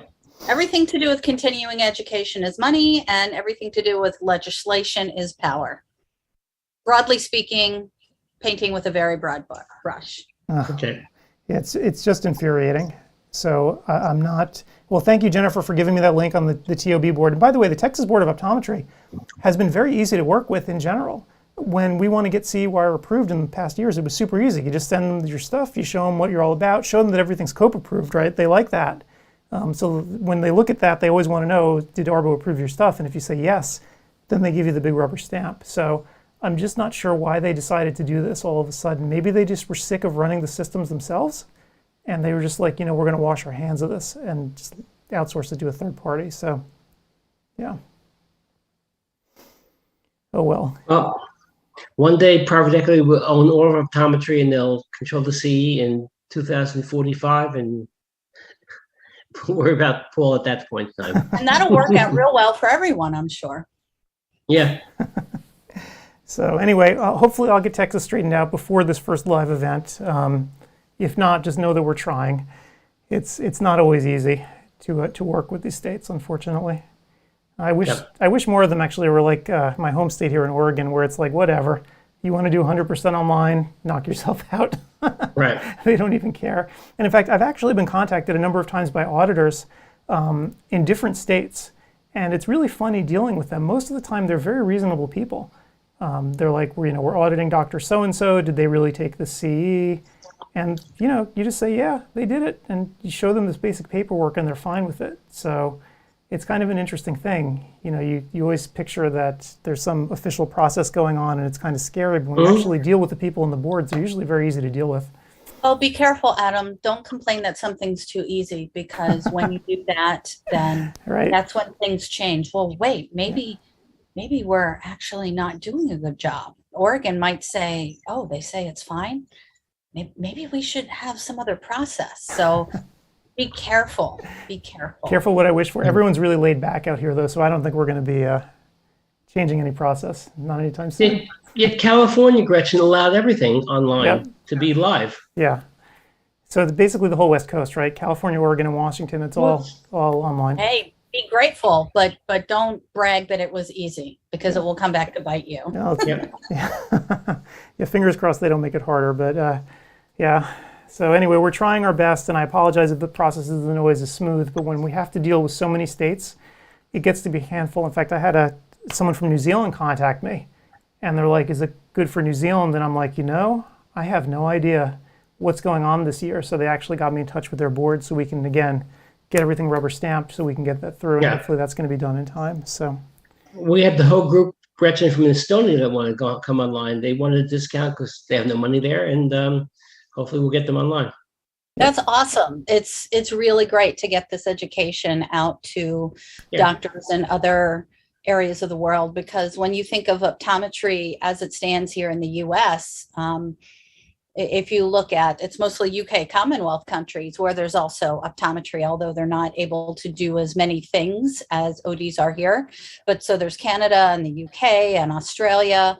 But everywhere else, it's mainly ophthalmology and opticianry. Right. So to see that optometry is stepping up and becoming more and more visible in other countries, I think is absolutely fabulous. So welcome people from Estonia. Oh, Rebecca's writing in, the Oregon board is not laid back. So Rebecca, I'd love to actually hear some cases. I told you, you Adam, can give it to me offline, maybe over some drinks we can talk about it, because I'd love to hear your stories. I mean, I think they maybe are nice to me because as a CE provider located here in Oregon, maybe they feel like, oh, he's local to us, we're not going to mess with him as much. But every time I've dealt with the board, they haven't really given me problems. I just shovel the appropriate paperwork at them and they go away.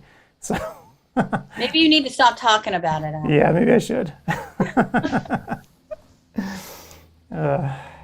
Adam, do you know what the playing field is in CME credits? Is it true that in any state, they can just take credits and it's all approved in all states? So in most states, you take what's called Category 1 CME. And if you see something that's labeled as Category 1, that's usually honored by everybody. And most states, as far as I can tell, allow online education throughout. I mean, I know Florida, where I'm licensed, you can do 100% online. They don't check and they don't care.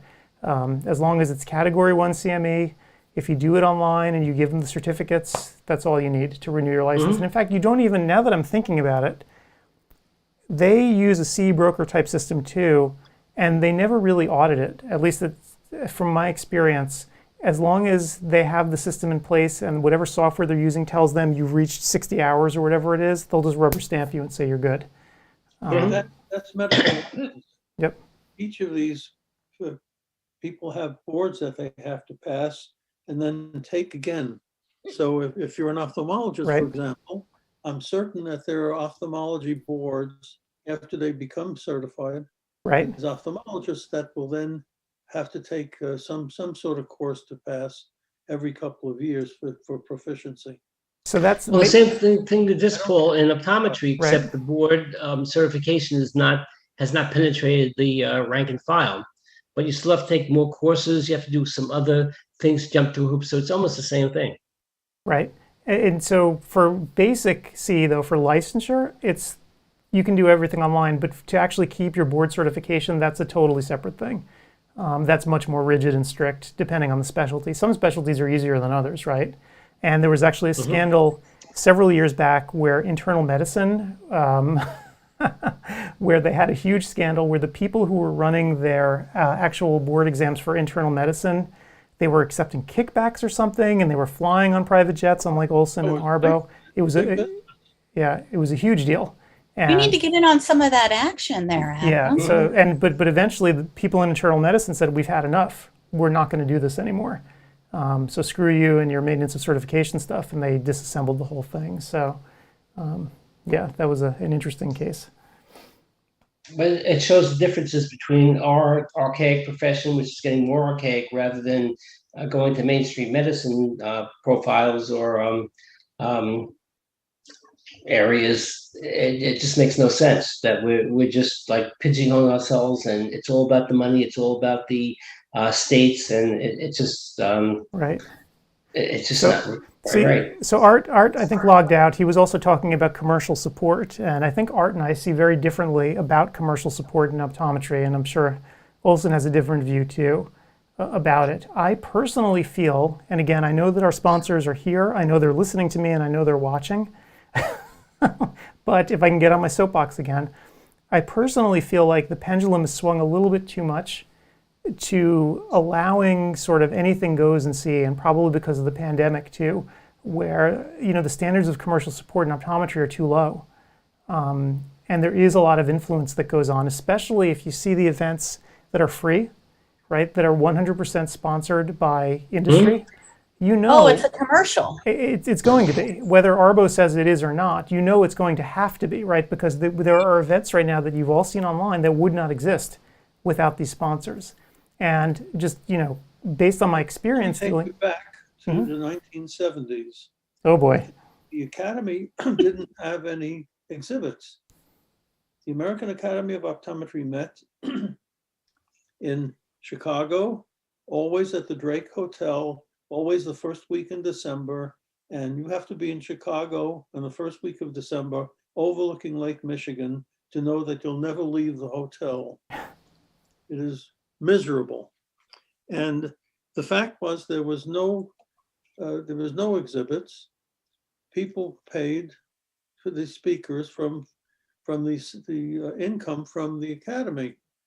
However, the amount they paid speakers was embarrassingly low, and it was always called an honorarium. When I started going on a lecture circuit, and every time they used the word honorarium, I changed the word to lecture fee, because to have the great honor of going to a place and spend a day and traveling the day before and traveling the day after, so you lose 3 days from the office. Yep. So the very least, to do a break even, you had to get 3 days of income out of it. And I have a feeling that my asking higher lecture fees starting in the 70s, and well, I went on the lecture circuit in '68 with the AOA, but after that, I think that's when industry came in and started paying. So when speakers get big bucks for going out, it's not paid by the association. It's always paid in some way, shape, or form by an exhibitor. Well, not here, right? If you look, Not us. Look at the number of exhibitors we have. well, that's the thing, right? This is the point that I'm trying to make. If you have a conference, and again, I love having sponsors on the site. They're great, and we really appreciate their support. But at the same time, we know that the amount of revenue they're giving us is small enough that most, almost 90% or more or whatever, comes from people actually paying for their own CE. And I feel like when you flip that on its head, you get very perverse incentives when you have free CE. It's just a different thing. And I kind of feel like Arbo needs to crack down on it eventually, because I feel like if you pay for your own CE, and let's be honest, if we wanted to, we don't need to have sponsors at the site, right, for the conference. We could actually ditch all of them and still put on a successful conference. But they help us hugely, right, because the fixed costs of this are so high. We pay triple the speakers what the AOA pays for their Right. honorarium. Right, we pay our speakers handsomely, so it's a challenge. And we're asked to give the money back as a honorarium back to them. Yep. So at least I've been asked that when I spoke at the Academy. But my feeling is this: like, I want the CE to really stand on its own, and it's great that we do have the vendors here, and I'm glad that they're participating. But we want the CE to stand on its own, and then the vendors are just something that is going to enhance the conference versus the tail wagging the dog. And you're not seeing that a lot these days. At a lot of these other online CE conferences, I mean, I know how much they charge, right? They're charging vendors $40,000, $50,000 to come and sponsor these online conferences. Well, what do you think a vendor is going to want? If they're spending that much money, right? You want influence and you want control. I've gone to 1 hour CE lectures, which is about a particular science or device, etc., where the speaker is as political as they can be, but they're promoting the device. You know, Adam, that a lot of our lectures are denied because the speaker has a slide that has a brand name versus a generic name or something like that. We're so vanilla, it's ridiculous. And so we do have sponsors, and the sponsors might have a speaker or 2 or 3 speakers, like I'm speaking on presbyopia, Gretchen. And of course, I'm just going to talk about the Allergan product. I'm going to talk about everything else. And actually, I'm not going to say great things about it because I think great things are coming in the future. Right. The point is that we're speaking about this basic science, and they might be sponsoring the aspect of basic science that they're selling, but we're not going to promote it in our speakers. Right. Yeah, and so I guess the point that I would make is, really look closely when you're looking at a CE conference. If you're not paying for it, remember, you're not the customer, right? You're the product, as they say. Exactly, you're the product. And so that's my little soapbox. And of course, most people don't care, right? They like free, but they don't understand that nothing is really free. So that's why we charge for CE. So Free CE. Who cares? That's all right. I need 10 more credits by the end of the year. Right. It's free. I'll go. Right. That's the point, Gretchen. People are not getting CE to get educated. They're getting CE to get credits. They're That's checking a the box. big, yeah, exactly. And it's terrible because a lot of optometry is not like medicine. You practice in a little cubbyhole for 40 years. Nobody sees what you're doing. There's no peer review, etc. And you could be great, or you could be terrible. Nobody would know. In medicine, at least you're in the hospital, people can look at what you're doing. They know who the good doctors are and bad doctors, and CE doesn't mean anything. I've been in lectures where people read the New York Times and now they're looking at their iPhones and whatever, and not even listening to the lecture, and they're getting credit, and that's good because it's live. Right. It's just terrible. Right. Why don't we get Mike on here? He said he'd be willing. So yeah, if you want to send him the Zoom link, feel free. He can try to get himself on. Okay, I'm coming for you, Mike. Yeah. But I don't know. I mean, I feel strongly about it, and I'm sure Art feels differently than me, but I feel like with commercial support, you just have to be so careful. When I see these CE conferences and you see the companies paying $50,000, you just wonder, like, what's really happening there? The sponsors that we have, because people have a misconception, and I saw it on ODwire, somebody thought that this conference made millions of dollars, and Yes. I started laughing. They must think like we actually really charge our sponsors a lot. We don't.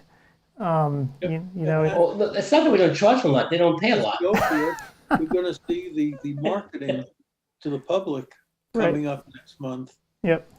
It reminds me, my wife, we have Festivus every night. My wife criticizes me, and she picks a topic. And then last night, it was Prevagen. Oh yeah, that's the commercials for Prevagen. Yep. It's always on programs that are dealing with older folks with problems, but it's going to make you smarter. And my wife says, why don't we start taking Prevagen so you don't forget as much? And I said, look, it looks like a scam to me.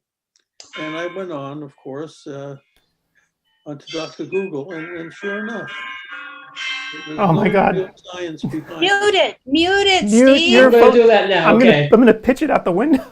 I'm going to change the chime to something else. How about you just on the left-hand side?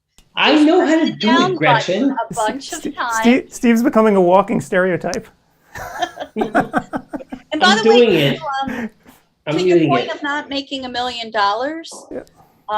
Adam, I think it's really important to share that the three of you purposely decided that you didn't want to make this CE out of reach for doctors. You purposely are not looking to go get that private plane. You want to make this reasonably cost for optometrists. So it isn't just that you're not charging vendors $40,000, you're also not charging an outrageous registration fee. And also, just to be clear, how many times did I tell you to raise your registration fee? I know. Yeah. And so, so you purposely are keeping it low. And I think that's important for people to realize that you aren't buying a yacht with this. None of you are. No. No. In fact, Gretchen, this evolved from I was invited to give a lecture. I won't tell you the person's name, but he's high profile, from Maryland, in 2013, and we were required to do a lot of things, video, to make it really fancy and stuff. And it was very high registration fee. He got 200 or 300 people going to the lecture, and he stiffed the speakers. He actually never told us what our honorary would be. And that's how it evolved, because I said to Adam and Paul that we could do this better, cheaper, and do it more for the public of optometry, the rank and file people, and actually have some value to it. So you could make a lot of money once, and that's it. We're trying to build a platform that people we're a brand that people know it's inexpensive but great at the same time. And now that we've built this new platform, hopefully we can do this for the next 87 years. Yep. Yeah. And I mean, the one of the reasons that it took so long actually to switch over to this new platform was, I guess it's two reasons. You know, we try to keep everything really lean here, which is another thing I don't think people really appreciate. Try to automate as much as we can so we don't need a cast of thousands to run everything, right? Because that gets super expensive. And we want to keep everything as inexpensive as we can. So it took a long time, and you know, I guess I underestimated the amount of effort it would take to actually re-engineer the platform. This has been an interesting few weeks. But I think once we're at this place now where everything works, and fingers crossed on Saturday, this is going to put us in a really good position to run these conferences inexpensively and to keep it cheap, which I feel is important, because we really do want to keep it as inexpensive as we can for people. You know, even though everything else is going up the price. I think the AOA has now come out with something very similar. They started advertising that they're going to have live speakers, and then they're going to be able to put it online for those that can't make it to these courses. And I'm wondering what it costs them and what sort of quality it'll be. Yeah. When it comes out. I mean, I'm not. Knowing the AOA, it's going to be super expensive to the members.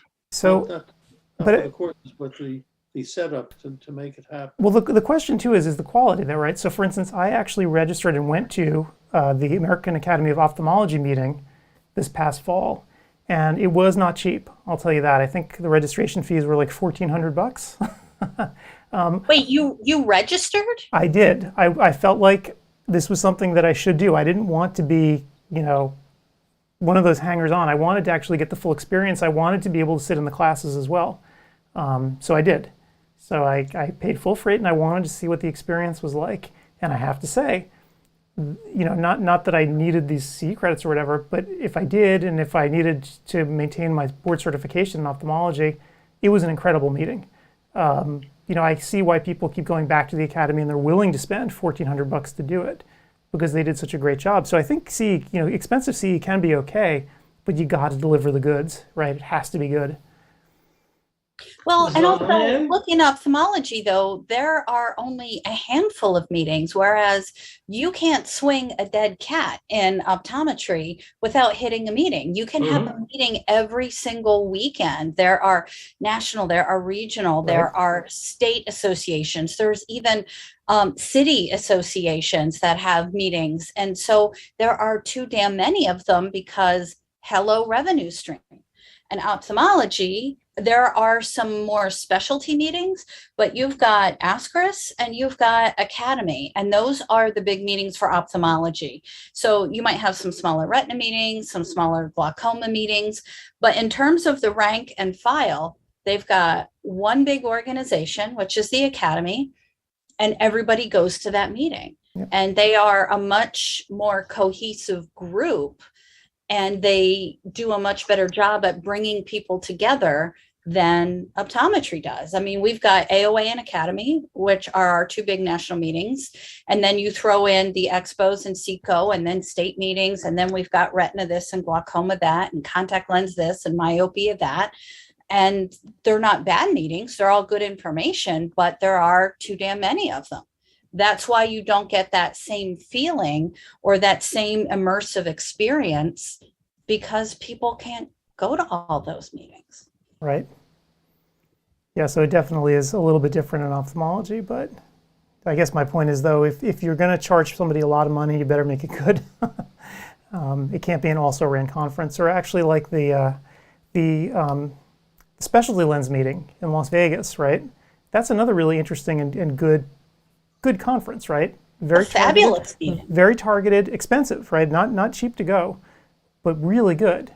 So there are these, isolated incidents of really good, interesting, and expensive conferences. But we want to try to make CEwire as cheap as we can for folks, because we know that no one wants to spend $1,500 or whatever on CE.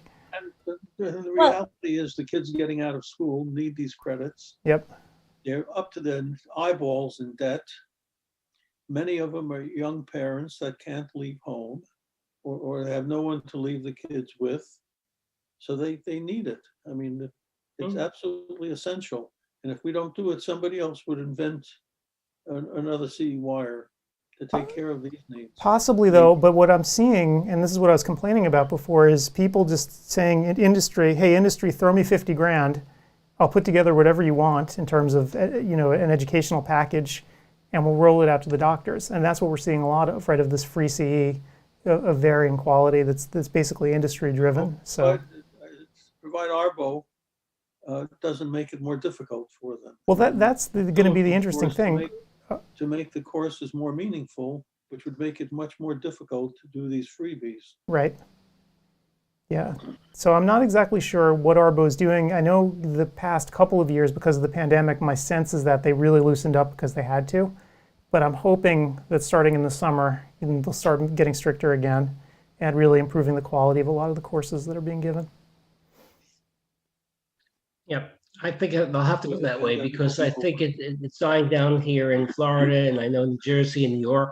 So hopefully by the summertime, when June 30th comes around, they have to make a decision. They'll go back to the old method, which was online. You have to take a test, and hopefully, see, in these large lectures, whether it be vision expos, etc., there's no way they can give a test at the end, which I think they have to do. How do you know somebody assimilated at least the basic knowledge, but they can't do it? Right.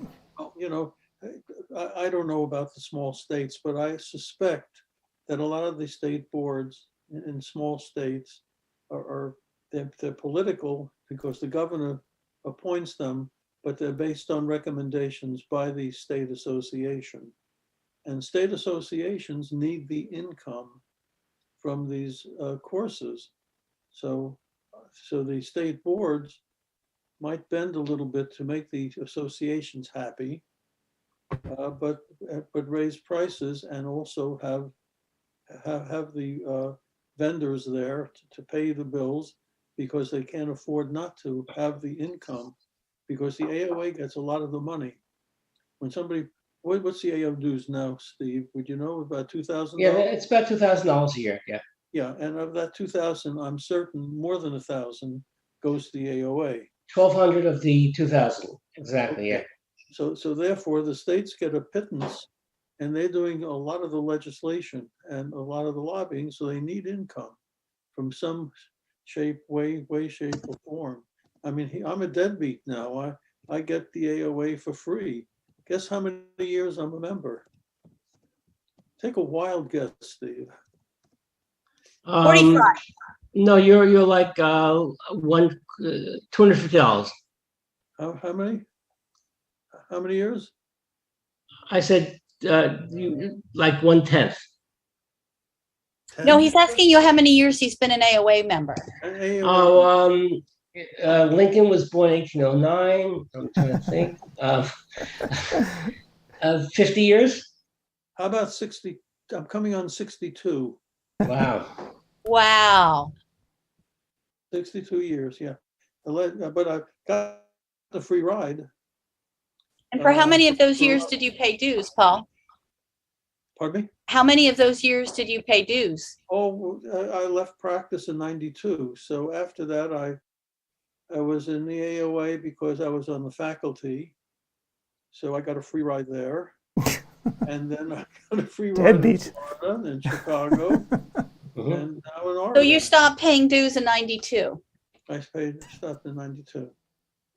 So that's about 30 Well, years I've been ago. So you for were a 62 member, years. dues-paying member for about 32 years. Yeah. So Gretchen, when you see those numbers of how many AOA members are there, half of them are Paul, not paying any dues. And that's the big, and that's the big one. They ask, well, what's the attendance at these meetings? The only one I consider legit probably is the Academy. There, a lot of the Academy people do show up every year. But as far as the AOA, I suspect that the reason they have any optometrists showing up is because the states send at least 2 representatives from each state to represent the state for so they get a free ride there. You know what, Adam, it just occurred to me. We are burning through all of our good topics for the weekend. What the hell are we going to talk about? I know, we're going to have nothing. Maybe the software will collapse and then we can just, have, it can be like a big drama. We have a lot of support issues that. Yeah. We could talk about the lectures, we could talk about the sponsors, Yep. we have a lot of stuff to talk about. I'm teasing because usually we get into these heavy topics and I'll rant or you'll rant or Adam will rant or Paul will rant. And I mean, we're hitting them all right here. There's always more stuff. It's okay. It's a big field. By the way, Gretchen, Olson says you're ignoring him. Oh, wait, here, it finally showed up. Okay. He wants your text or something, your text message. Yeah, well, you changed your phone number, bro. And so I will send you the link again. And I will change your number in my phone. Pain in my ass. That's why you have to mute her. I'm going to put you guys on full screen for a second. I have to step out and I will be right back in a minute. I got to go say hi to my son who is now home from school. I will be right back. No. That's not what you're doing. You're breaking open the wine. Just be real. That is actually a fantastic idea and I'm going to multitask, so I'll be right back. 5:20. For sure. It's amazing the perception, Gretchen, of the West Coast versus the East Coast. Now it's getting not late, but it's night for us. And he's just like starting his evening. It's just great. I'm not getting political here, but I went to. Oh yeah, you are. If you have that disclaimer, you certainly are. No, I'm not. I went to Vision Expo West in 2016 when the auction took place, and I loved it because I got off my plane, I got an Uber, I got to the hotel at maybe like 8 o'clock my time. Now it's 5 o'clock their time, and I'm watching the returns. Not that I'm happy with them. I'm seeing them getting very non-political, but I'm able to at 11 o'clock my night. It's 2 o'clock in the morning. I understood what happens on the West Coast. In other words, this was pretty much everything was decided at that point. They wake up in the morning. The stock market's open at 9:30, at 6:30. They watch baseball and football games early. They have a great life. It's just what they do the last 3 hours. I have no idea. Yeah. Well, but actually, people do start working earlier here. You can see the rush hour, whatever it is. It can start at 6, 7 in the morning, and by 4 or 5 o'clock, it's over. So people start working early, especially those that are they depend on the East Coast market. So Right. Yeah, that's true. People do start earlier because of New York, DC, and all of that. So yeah, but not optometry. I always get screwed because I don't start. I look at ODwire, around 8 in the morning, which is about 11 o'clock. And all the lunatics have done their damage by then. Sure. They do it before. They're not doing it at 11 o'clock their time, Paul. They're working. They get they up did it the night before. And they start. And so by the time I'm there, the damage is done. I mean, I went to Hawaii and I a few weeks ago, and I was driving from my hotel. I was getting coffee and all of that. And I was just stunned at the number of people who were up and out and walking and doing things at, 6:30, 7 in the morning. And a friend of mine said that they're all vacationers and a lot of them are just sticking to their normal time. And plus Hawaii rolls up the sidewalks fairly early. So you couldn't get anywhere after. I had to go pick up a colleague because Uber wouldn't even pick her up after 10, and places closed, restaurants that you couldn't if you were trying to get a late dinner. So everybody is up and at 'em early, and then they're to bed early. But I was just stunned at all of these people just out strolling around. Every trip I've taken where I had to fly to Europe, it's been a disaster. When I went with my wife, I'm always falling asleep in the middle of the day.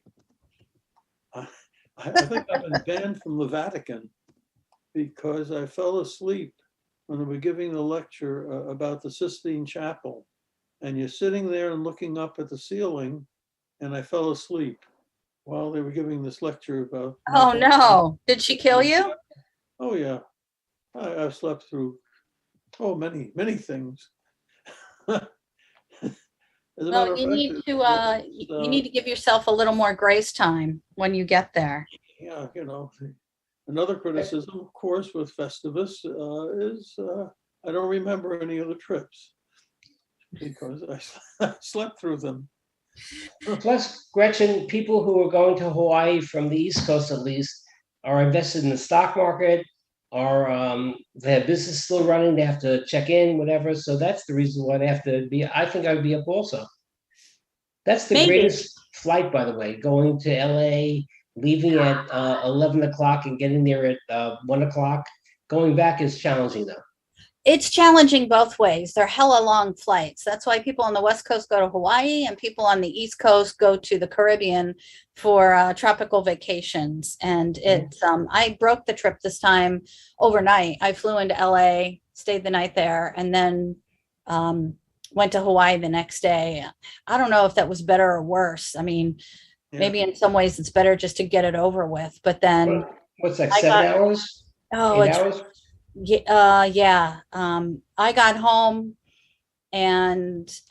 around 8 in the morning, like to my house after I landed, and I went to bed for about 5 hours. And then I went to bed again that night and slept for 14. It was, I mean, it just kicks your ass. Coming back is work because you just lose all those hours. Yeah, it is really hard. And I also, I mean, just my body has a hard time with time zone changes. Even just going 1 hour really messes me up. Oh, look, he's got his bottle of wine there, strategically placed. Strategically placed, yes. I have my, so I have a bottle of Highland. I'm going to open that up after I get out of here. So,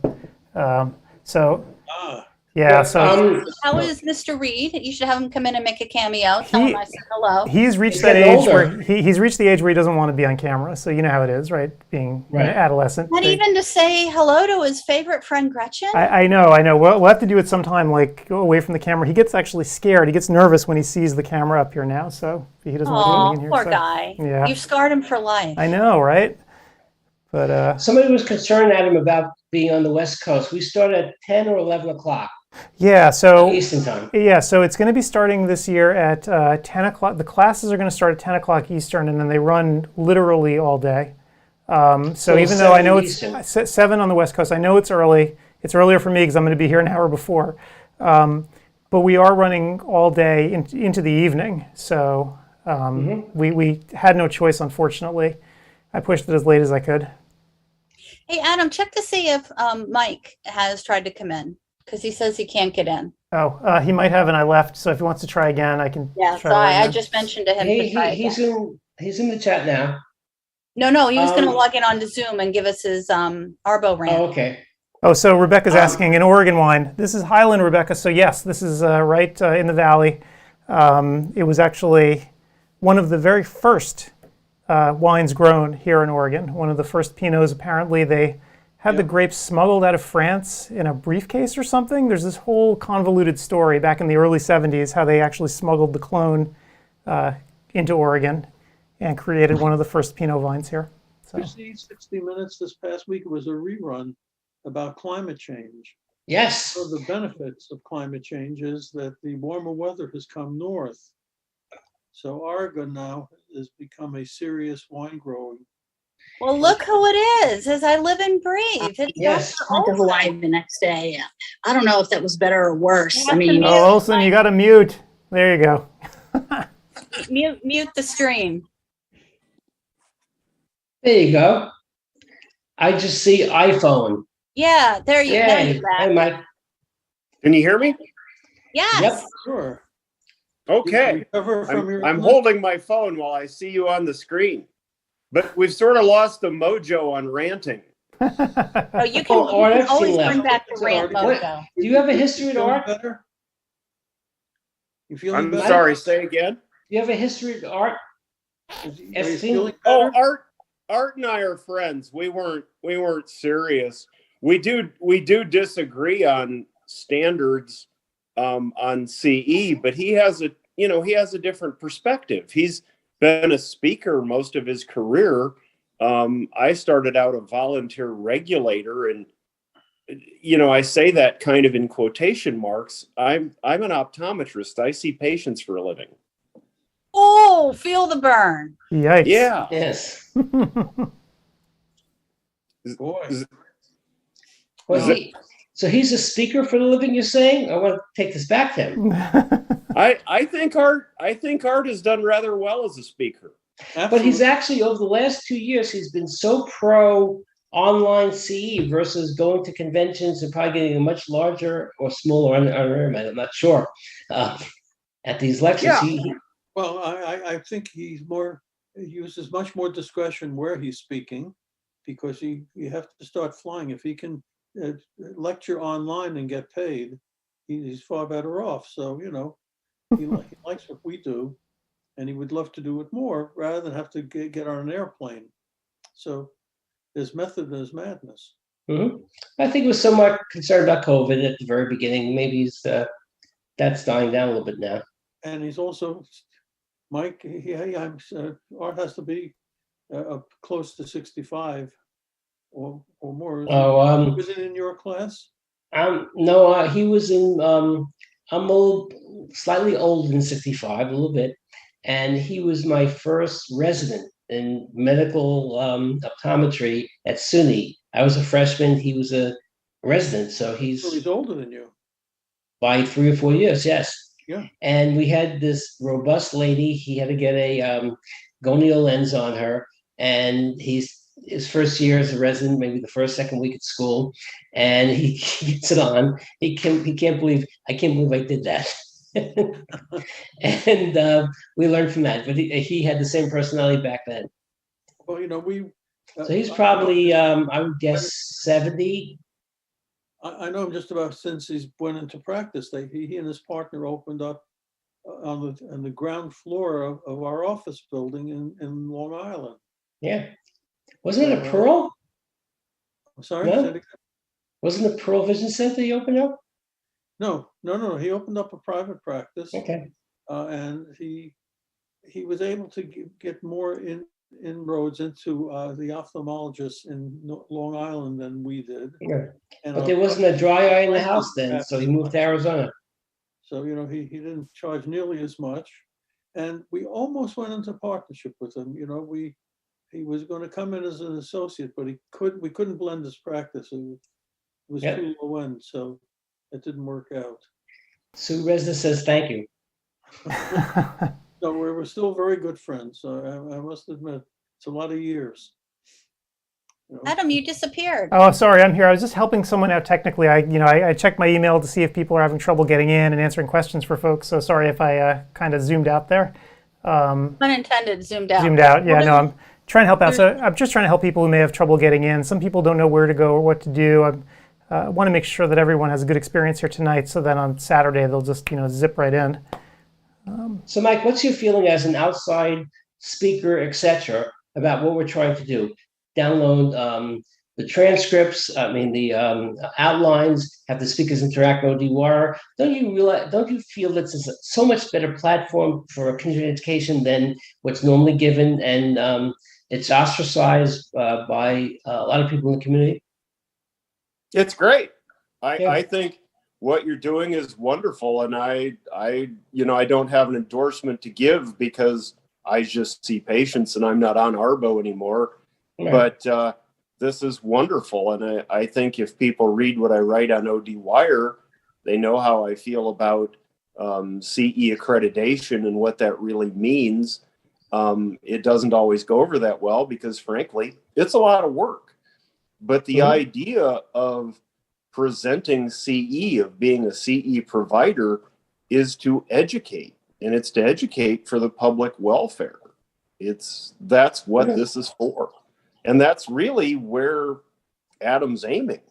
Yep. We feel we're a continuation of the university experience. And you're also interacting with me on Facebook. Thank you very much, because I'm on all those sites, and it's not, the interaction is not the same as ODwire, but it helps a little bit. Ours is about education, not about the money. And we always felt that would come by doing the right things, and hopefully it will. Yeah. No, I think it's going very well. It's very impressive. And I could dominate, I could speak for 3 or 4 hours. Thankfully, I won't, but I could. And I'm certainly not even an expert. I'm not even close to an expert. We don't have a lot of optometric experts on continuing education. And that's not an insult to anyone. It's just true. Yeah. Mike, I don't know if we see eye to eye on this. I know that Art and I certainly don't, about commercial support. Again, like I said, I love our sponsors. I appreciate what they do for us, but I kind of feel like there's been a shift, at least during the pandemic, with all these free programs. And when I heard how much they were charging these vendors, I just was like, this can't come to a good end. And I'm wondering, Arbo is going to be meeting again in June. Do you think they're going to maybe make some modifications to their policies? I would expect them to. I've spoken to no one. And again, I hold no position with them at this point in time. But what happens is there's a House of Delegates meeting, which people come from most of the jurisdictions, and you can present information. They have really excellent speakers. It's usually quite a fine meeting, and you try to get some sort of meeting of the minds of the regulators. And so, yeah, I'm sure they'll talk quite a bit about CE accreditation, online versus live, and what's really required. The issue is that in the United States, if we don't talk about Canada or the territories or Australia or New Zealand, and we just talk about the states, that's 51 jurisdictions with 51 sets of laws, 51 sets of rules. And it's a little bit like herding cats, isn't it? Yep. Just imagine getting 60 A+ speakers herding all the information, not counting you, Mike, because you were great.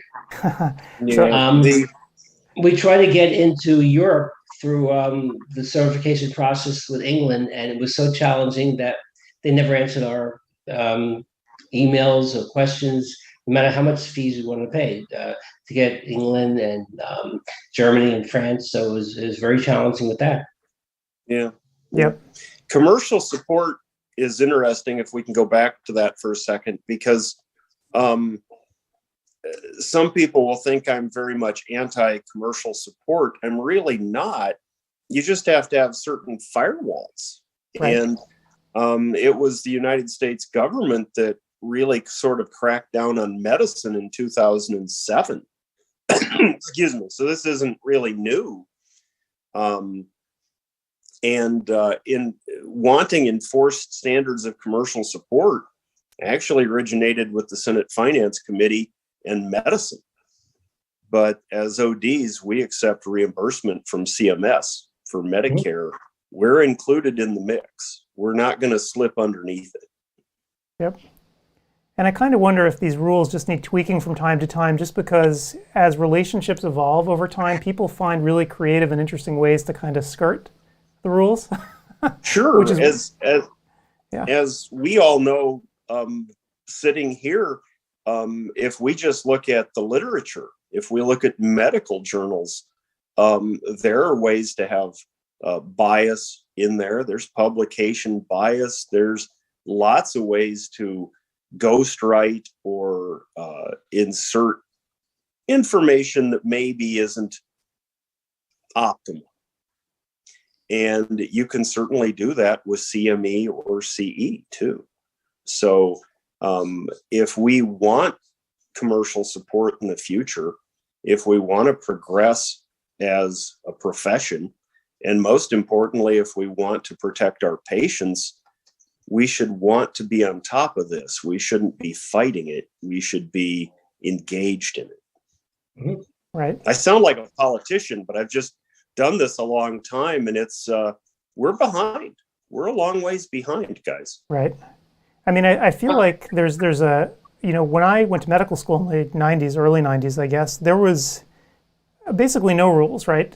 We would have pharma reps in all the time, giving us all kinds of stuff, taking us out to, all kinds of dinners, giving people trips. I mean, just the most unethical, crazy stuff you can imagine. Right. And it was normal. And of course, that all came to a sudden stop. But I feel like once that came to a stop, right, the marketing doesn't stop. They have to find other ways to get their message out. Right. And I feel like it's kind of sort of permeated what's going on in education a bit. It has. It has. And, it's interesting. You can get an MD or an OD or a PhD or whatever kind of D you want and ask them if they think handing them a pen influences their prescribing decisions. And most of us will say, no, that would never influence us. But virtually every good study says, yes, it influences you. Yeah. And again, I'm not anti-commercial support. We benefit from our interactions with industry. This is not some sort of rant, really. It's more of a cautionary tale, isn't it? Yep. I mean, industry's crucial, right? Without them, we wouldn't have all the, technical advances that everybody uses every day. To give you an idea, Adam, what I used to do in New Jersey, I was a consultant for Bausch & Lomb, CooperVision, various other companies. I would give a lecture on anti-inflammatories. And then the sales rep would come in and I'd give a deck presentation on Lotemax. And they would get their CE credit because the sales rep was not present. And they would come up and ask me questions because that's legal to do that. And then you'd come in with a lobster dinner with wine, etc. And that was the paradigm. So they followed the rules of whatever the CDC or whatever the organization was. So you give your lecture, they'd come in, you get your food, and the next week I'd get the same 12 people, and I'd say, any questions from the last lecture? No, because the same 12 people showed up.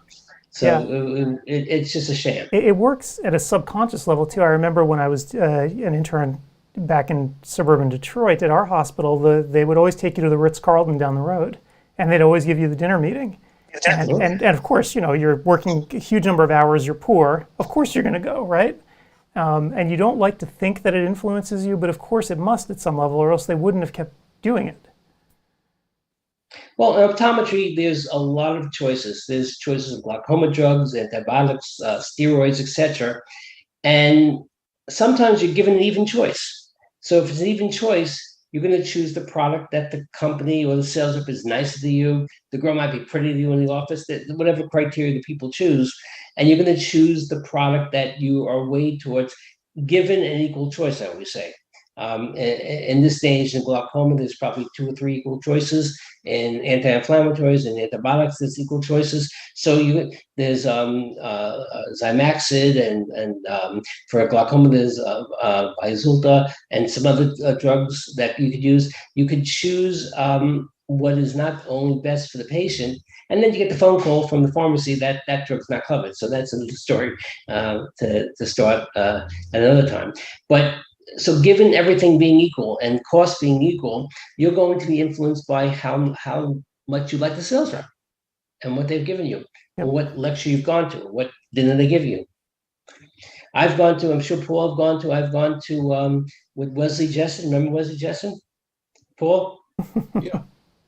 I've gone to St. Thomas with ophthalmologists, optometry and ophthalmology together. In a meeting where we had 1 or 2 lectures, and we went to the islands and stuff with dinners and plane fare and wives being invited and stuff.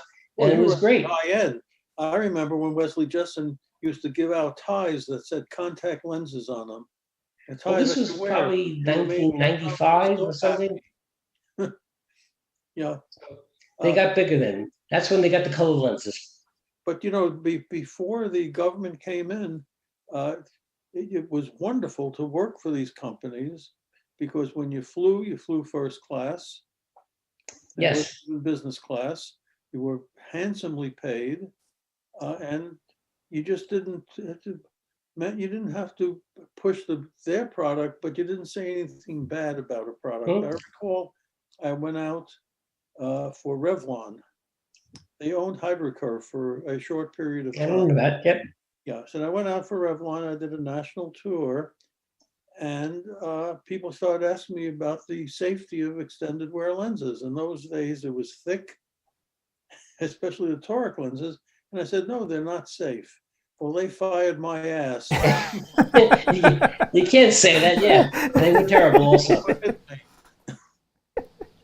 So there you go. But then, but you know, the pressure is to not say that, right? So you just sort of lying by omission a lot of the time, right? So I hope that Arbo, when they reformulate these standards, come up with something that's acceptable to all the stakeholders. And I don't know.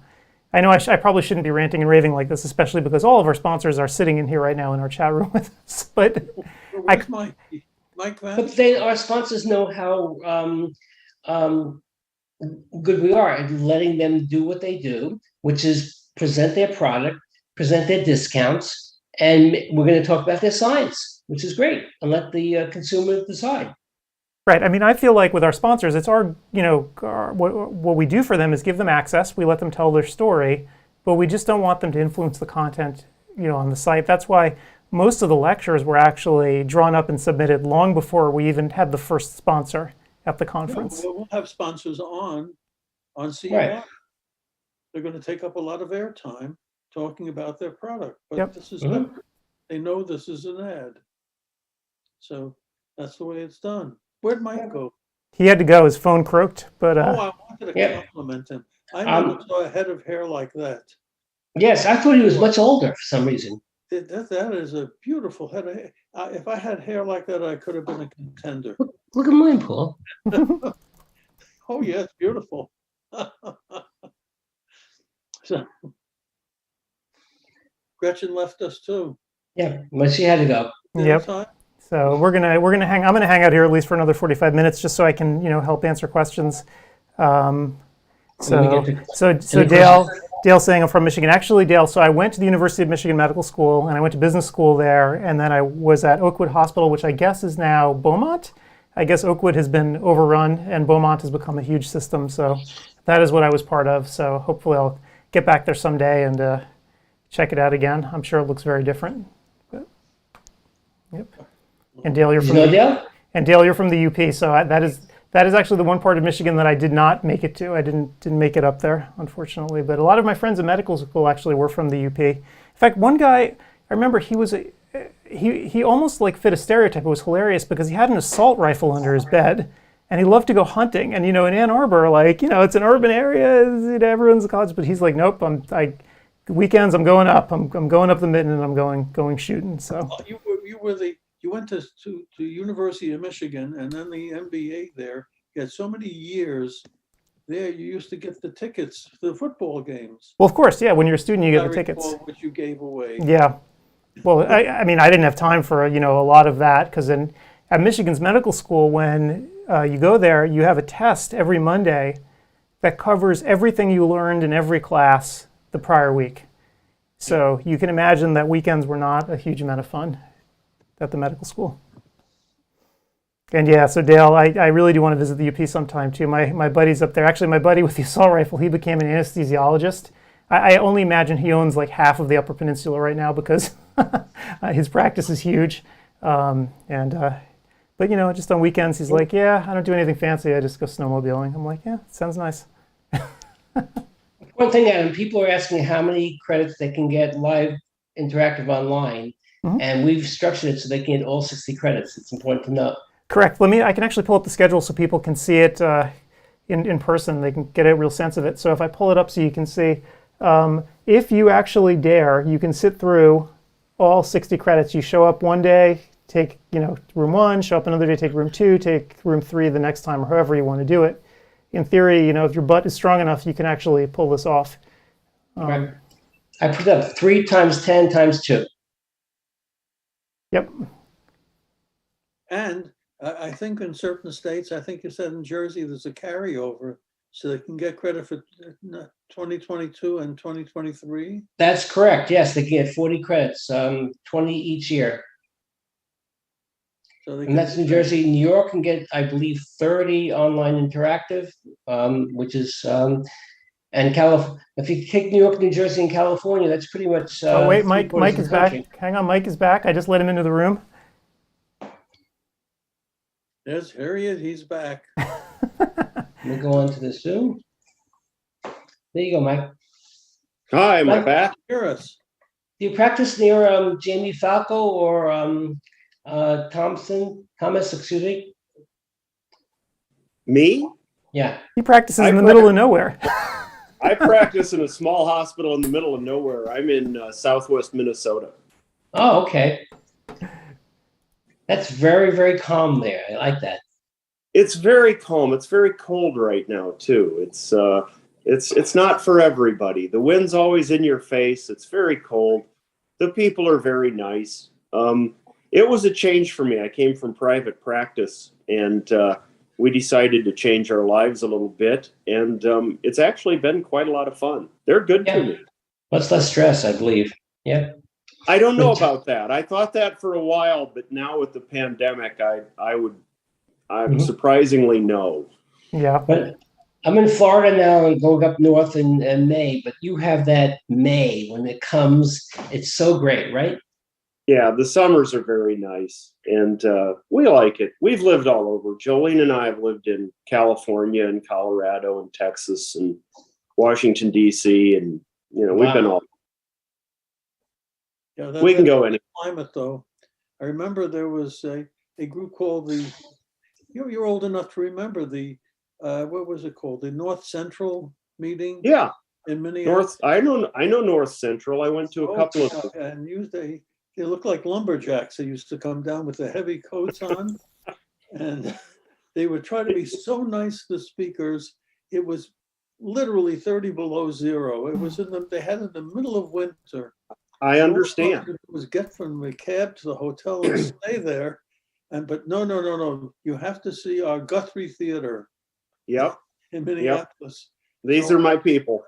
I understand. Something called The Matchmaker, which Hello Dolly was based on. And I just put on my overcoat as a blanket and I fell asleep there. I couldn't say no to these. There was the nicest audience in the whole world. And the Midwesterners are just wonderful. The Midwest is unique. It's it has its attributes. I tell you. That when I used to go in the early years to the Southeast, however, they were all Southerners, and in those days they never saw a real New Yorker, and I suspect they didn't even understand my accent when I spoke, because their arms were folded and they kept staring at me. Well, I was on. It was going to be a lynch party waiting outside. It was different in those days in Atlanta. Anyway. Paul, I'll give you a little story here. My dad was in the Air Force for 20 years after World War II, and I was a little kid in 1959, 60, 61. I was like 4 years old, and they actually thought that our persuasion had horns in the South. We were in the South. They actually thought that. It wasn't like a myth. Man, you guys are old.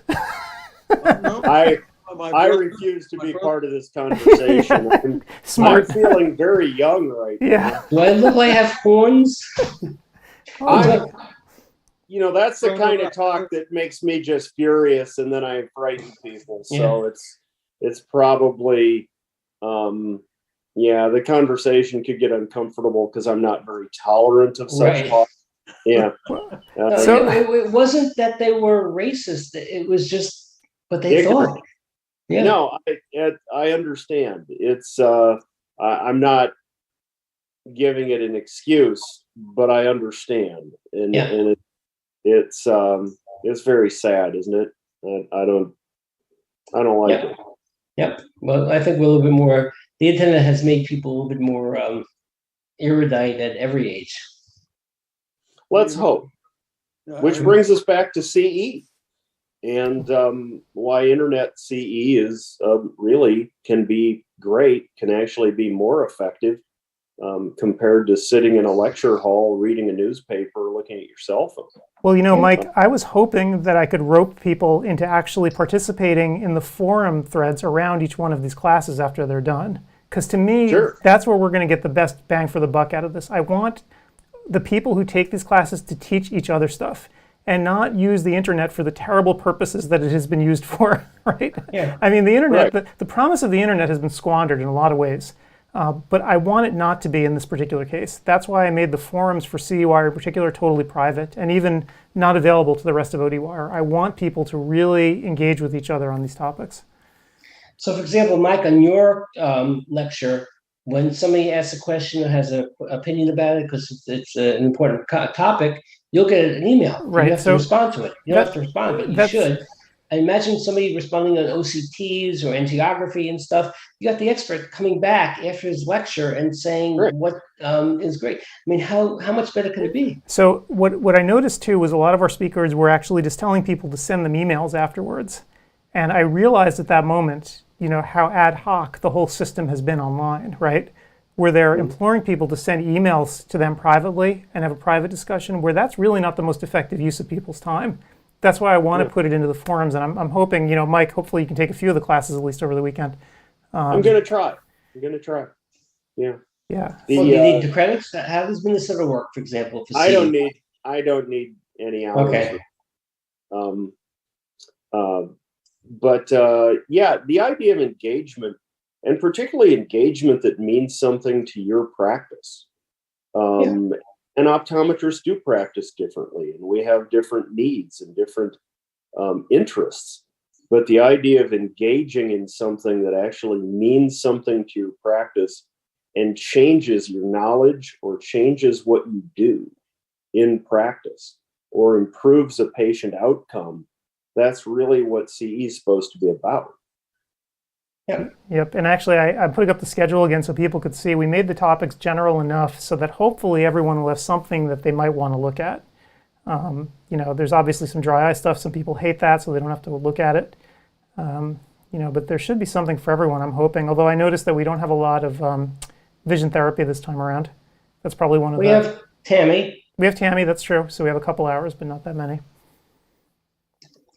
But you're right, Mike. I ordered some C lectures. I have so many credits, I don't need credits. I turn on my computer, I walk away, and suddenly, in a week or so, I get something normal. I've never listened to anything, and there's no accountability, no survey, nothing. That's right. And I'll try to stay off my rant on CE accreditation because people think I've drunk some sort of Kool-Aid on it, but I really do think that's the future for the OD learners, is going in a direction where we improve CE providers. You guys are doing it on your own, which is a great thing, but CE providers vary. And We're trying to get the best and brightest like you. Yeah, and the idea of improving over time and seeing if what you're doing is effective, I don't understand why someone would be against that. It seems rather backwards. It's all about the money. I understand that. But we're doctors, right? We're held to the medical standards of care. Right. We aspire to be treated as equals. So this is a chance to stand up. So, And that message goes to state boards, state associations, OD learners, CE providers. It's not like I might be a crackpot, but I'm just sitting here at my table, and I didn't even really want to learn all this stuff. I sort of fell into it, right. but I didn't pick it up. Well, you know, Mike, one thing that was surprising to me putting together this conference, the amount of resistance I got from some of our speakers, and not all speakers, but for some of them, the amount of resistance that I got asking them to do just that little bit more, to want to engage in the discussions afterwards, to give me a handout, right, that people could look at, a handout of their slides. They were resistant to do it. These minor things that are actually very important, I think, you know, to really improve the educational experience, they were not willing. And to me, that's a big issue. Unless somebody forces the issue, I don't think it's going to happen broadly. I understand, and as you might expect, trying to force an issue in optometry goes over extremely poorly. Right. You know, normally I would go off on a different soapbox about how it has to be grassroots. We have to want it. And in this particular case, we're very slow to progress. We're very slow to progress. And when Arbo met with medicine's version of COPE, the ACCME, they were very open. They were not opaque. They were transparent, and they faced identical issues.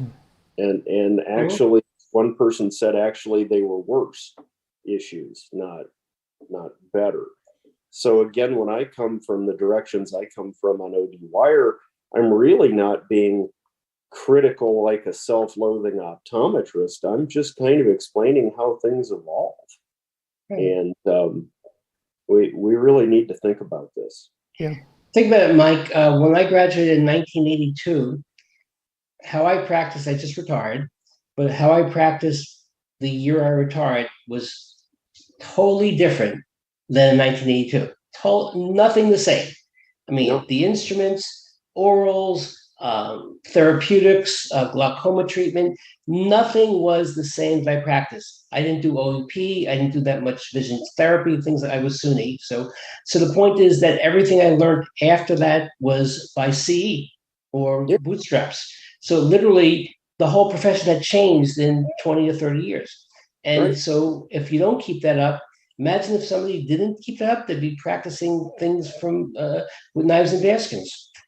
Now imagine that information is growing exponentially. No one can keep up. A family medicine physician would have to study 34 to 36 hours a week to try to keep up, and obviously they can't do that. Earlier, you guys were talking about board certification and how medicine does CE and that type of thing. They're a self-regulating profession. We're a regulated profession. And I'm not saying that's great. I'm actually kind of frustrated with it, but we are indeed regulated. So you kind of comparing apples and oranges in a bit. If you want to be a board certified ophthalmologist, you have to do a residency, take the examinations, and to fulfill that, to continue with your certification, you have to do various activities, one of which is accredited CE. And there's that word accredited again. And this difference gives you an idea of what we face, really where we're coming from, because just a second ago, we were talking about speakers not wanting to give their slides or a handout. The idea is to educate healthcare providers, doctors. Yep. I think the one thing that the state boards have to understand and have to keep being reminded is that they're part of the public. Yes. It's the public benefit, not the state association benefit that they have to look after. So when they set up rules, it shouldn't be based on the needs of a state association's income. It should be what's best for the public. And if they could keep that in mind, I think they would make somewhat different decisions. COVID might have helped that, Paul, because I used to go to local meetings. They haven't existed for 2 years. They lost all that revenue, yet they still survive. Regional meetings in New York, New Jersey Connect, same thing. So things have not taken place, at least in the Northeast, yet they survive without this revenue. So maybe they don't need that revenue. I think I never read the books. The answer might be it depends, I think. Coming from very rural states, for the most part, where your association might have an executive director and 2 staff members, to lay a great burden upon them as a CE provider in expense, in labor. The truth is, I get it. You know, you're asking a lot. And then the idea of taking away a revenue stream, and I don't think it's as great a revenue stream as some people think it is, but taking away a bit of revenue or a chance to meet. Actually, I don't like that idea. Coming from Iowa, a state with only 3 million people in it and a very strong association. I'm in Minnesota now, but I'm mainly Iowan. And the last thing I want to do is hurt a group like that. But where we find ourselves is in the middle of great disruption. The generation has changed. The culture has changed. Pandemic changed everything. Continuing education has changed. Maybe optometry didn't realize it, but it has. And I think this is where we find ourselves now. So I think using the word from evolution, adaptation, is what's going to be required. We're going to have to find ways to adapt, and hopefully without cutting each other's throats. Yep. Yeah, it's funny actually. You say cutting each other's throats. You know, one of the ideas behind redoing the software for CEwire, it's not to make CEwire like this unique thing, right? CEwire is just like one use for the software. My entire idea behind this was actually working with state associations, right, who might want to host some sort of meeting using this, right? Because I feel like we built something, it's like a stadium, right? Like a football stadium. You don't want to use it like 8 times a year or whatever. It just sits dormant the rest of the time. Right. But this thing is like purpose built to get credits into Arbo. So, my hope was always that we could work together with these associations. But so many people see us as like this, boogeyman or I don't know what, right? I don't know how many years ago we both went to the American Academy of Optometry meeting, or I think it was the American Optometric Association. And in those years, ODwire was becoming fairly successful. But so the AOA tried to copy us with having a group similar to ours. So we were at the meeting, and I went to the executive director and I said, look, I know you're trying to set this up. Adam is an expert on this. Why don't you let Adam help you? Yep. And the result was silence. Didn't go over well. So he went ahead and did it. Yeah. And they were failed. I mean, and now I just read this week that they're starting to do something very similar to what we have now. They're setting up live courses plus courses that you can take on demand. Right. And they're going to be doing all of this very similar to what we're doing. But I mean, if they want to spend their dues that way, that's great. But I'm even more talking on a local level, right? Or for a smaller state. It cost us 6 figures. I think you can multiply that for the AOA by 5. Oh, sure. They have huge overhead, and they probably didn't know what they were doing. So yeah. But my hope, Mike, would just be that some smaller states even would want something like this, to work with something like this, instead of just sort of being paralyzed in the face of what's going on. And I think some of them will, they're very creative. These are my friends and colleagues. It's not like I'm not one of them. And some of these folks are incredibly creative, and I think they will. But I think things are changing so rapidly. And, some groups are more proactive than others. And it's painful. If we listen to what your dad just said, and I sit here just nodding my head and I have flashbacks from being an Arbo volunteer and being screamed at when I was taking my time to try to help, and I didn't realize the level of frustration, competition, bitterness, and the things that go into it that really we simply can't afford in optometry. We're a very small regulated profession. We need to really get along with the people who are doing something right and not step on everyone. Well, Mike, you were actually instrumental in the whole OE tracker thing, right? This was you. I was aware of some of these things. I'm pretty careful to not say anything was ever me, other than whenever they had bad news, they pushed me out. Right. To Mike. Mm-hmm. that did become me. If you said who was the delegated giver of bad news, that was me. Or if someone had to say no to someone who was furious at us, that was me. But that was by choice. That was a planned thing. And but Arbo is a very small team. It's a small staff, and it's really a fairly small number of volunteers coming up with creative ideas like Cope. Cope was not a popular idea. There were buttons that said Cope no. The thing is, without Cope, like people need to understand, without Cope, CEwire wouldn't exist. Because if I had to do this in 50 different jurisdictions, I would jump off a cliff. I wouldn't do it. I understand. Yes. And, you know, I would like to see, can't think of the name because you caught me after seeing a bunch of patients and tired. I was ill prepared to come on tonight. An interstate compact, you know, we have optometrists that want to move to a different jurisdiction, and it can be a nightmare. If I wanted a Florida license, I have to beat the national board exams. And the good news is I'm cocky enough, I think I could pass them, but that's ludicrous. Year one. And I'm in Florida. And so yet you could teach at Nova University in Florida under the auspices of the university without a license. Isn't that amazing? Yeah, we're just backwards, and we keep doing this to ourselves. And now I lost track of what I was going to tell Adam because I kind of distracted myself. It's all my fault.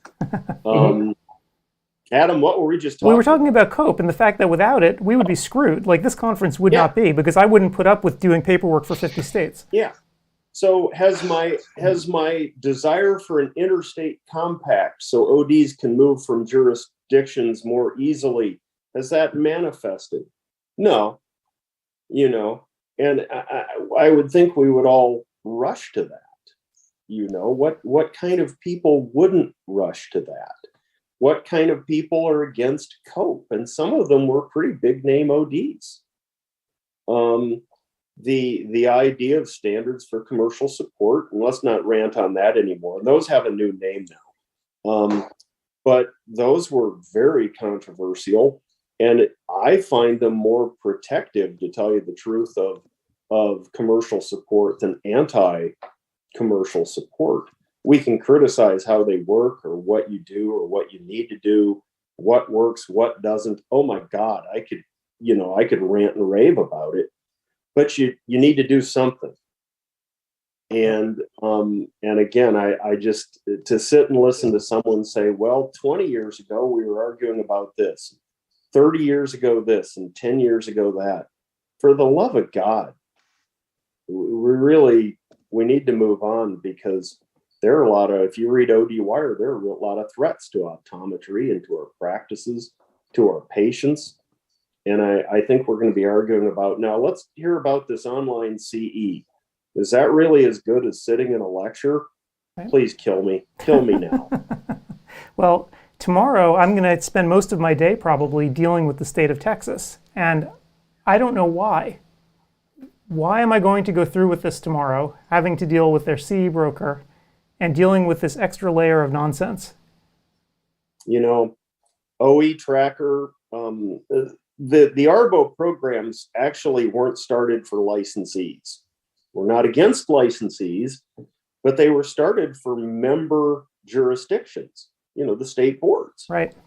And along the way, they were kind of giving away some of the services. And as you know, nothing's free. Yep. You say it and I say it both. And eventually we decided to assess a fee if someone wanted us to store their information and give it back to them in a readable manner. And despite maybe being called a communist on ODwire a couple of times, I'm not. I came from a conservative farm family. And I think if I want to charge $15 for something, that's probably not too bad. So it's interesting. I don't know why someone would contract with another group unless they just frankly were so opposed to someone else or some sort of grudge or something. Why wouldn't we all get along and keep it together and use good programs? You know, Arbo also has a mobile app. and we were scanning CE and having it work right away. That was not me, but I was president when we came out with it. Actually, Susie Yu was instrumental in getting that done, and the thing still works. I'm not really obsessed with scanning people in and out, to tell you the truth. I'm more interested in if they learn, Right. and if it's effective. But then some states require that still, and until we get the states to not require that, you should at least have something that works. Yep. And how does it work with CECO and Visnexpos and Academy with this new platform in Texas and Florida? I'm assuming that they have lackeys there. They have, administrative staff, which we don't have, but I'm assuming that they have people who have set up in there already and are entering in every single course, and they've probably done it already. Administrative assistants, yeah. Yeah. We don't know what to talk to him. Yeah. I remember the time, Paul, remember the Morrison lectures in Atlantic City? Oh, yeah. Where you'd walk in one door, you'd walk out the other door and get your credits, and your partner's not there. So you walk in the first door again, get his credits, and walk out, who's in some other state at that point. And we get 70 credits, and we can go gamble in Atlantic City. Yep. Very professional. He didn't pay us. Morrison didn't. We did it out of friendship. Oh, you lectured there? This thing, and he used to give all the speakers a blazer.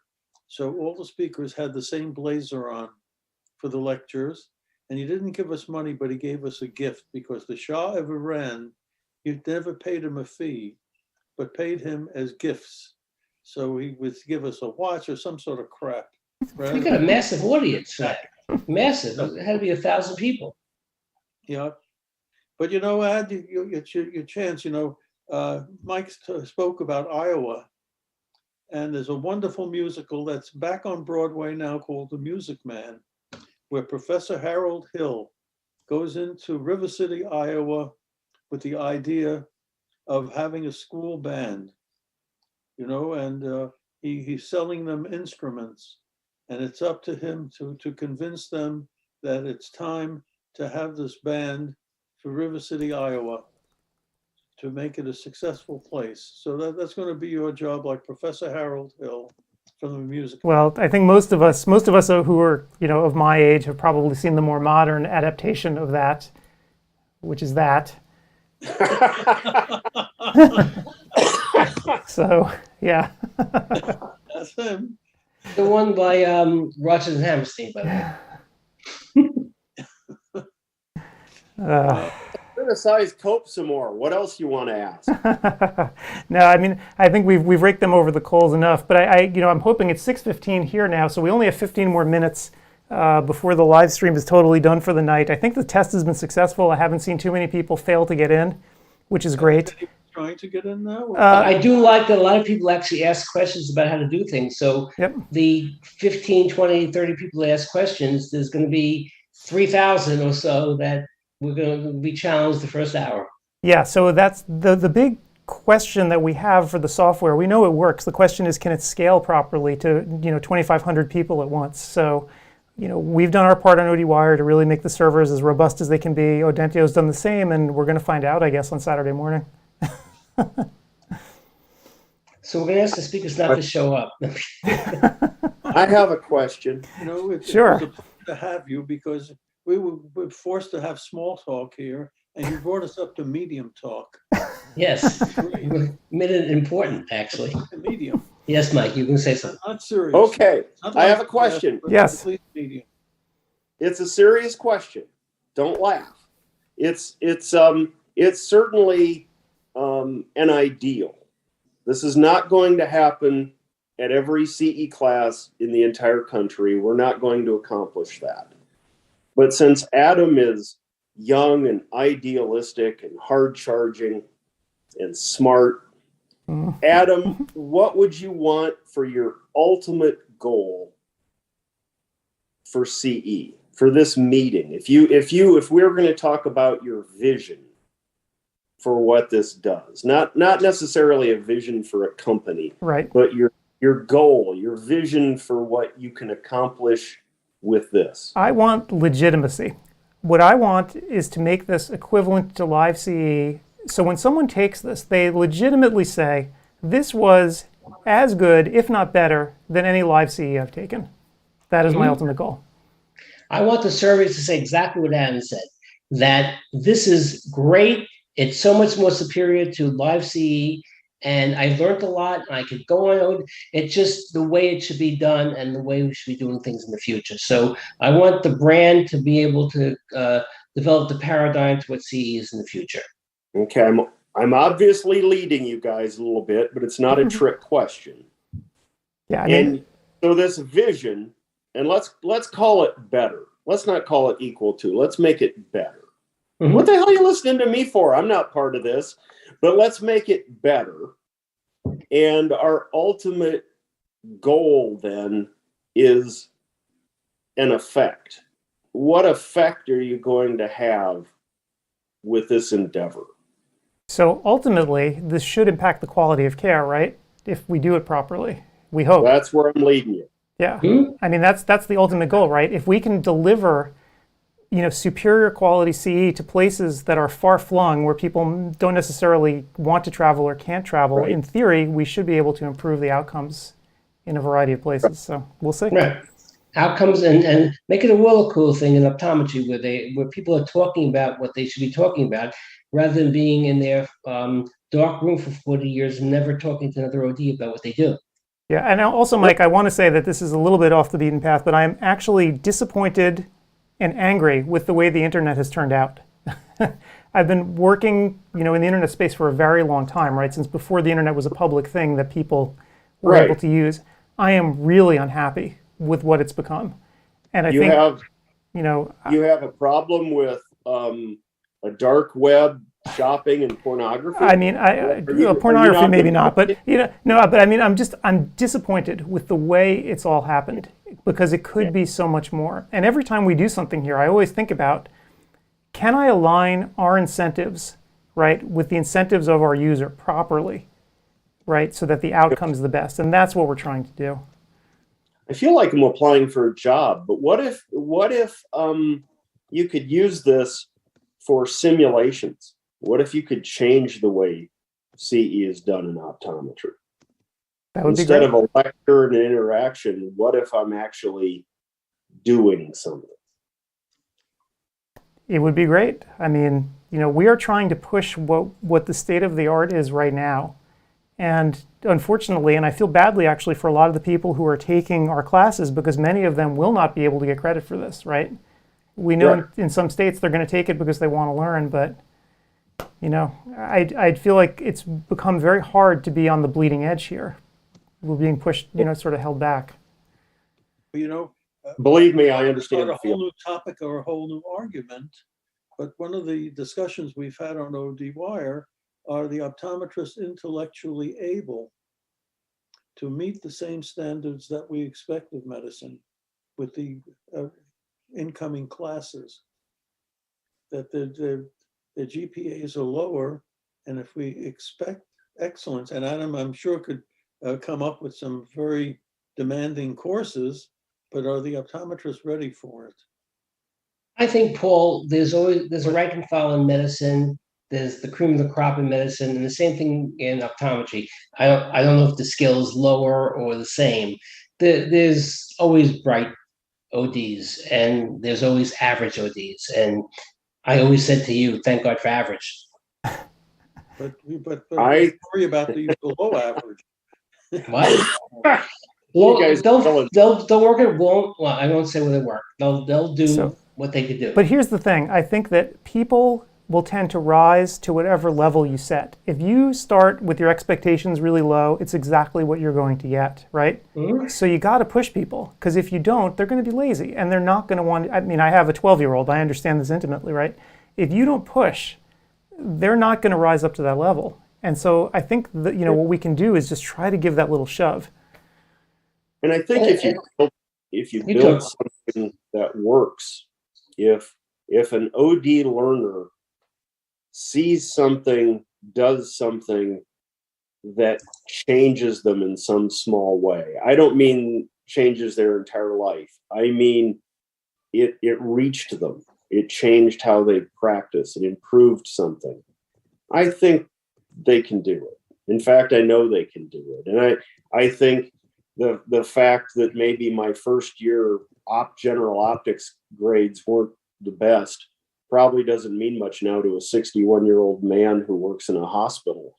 I think there's an audience for it. I don't know if the audience, given some of my interactions in the last week on ODwire, I don't know if the audience realizes that they're the audience for it, but I think if they got a taste of it, they would be. Does that make sense? Yep. So we'll try to give them a taste. I mean, I think one advantage that we have, again, as you know, Mike, we work very lean here, is that it gives us the latitude to experiment, whereas some other larger organizations might not have that latitude. And so this is the whole team. Yeah, this so we're just going to keep pushing and see what happens. Well, again, this sounds like a sales presentation for accreditation. I get no money. I was a volunteer. All I got was gray hair and yelled at. But one of the hallmarks of CE provider accreditation is innovation. And look at what you're doing on your own. Nobody said, "Hey, go innovate." You're doing it. And so you find out what works, and if it didn't work this year, try something else next year. And that's the whole idea. Yep. You know, it does involve labor, and it is a problem, and I'm sorry for all of that, but I can't help that. We chose to be doctors. Yeah. Yep. But the state board, are they acting in the public's best interest, or they're just acting as political hacks? Guys, I know I love this conversation. However, the software, being dutiful software, is actually going to cut us off at 30 past.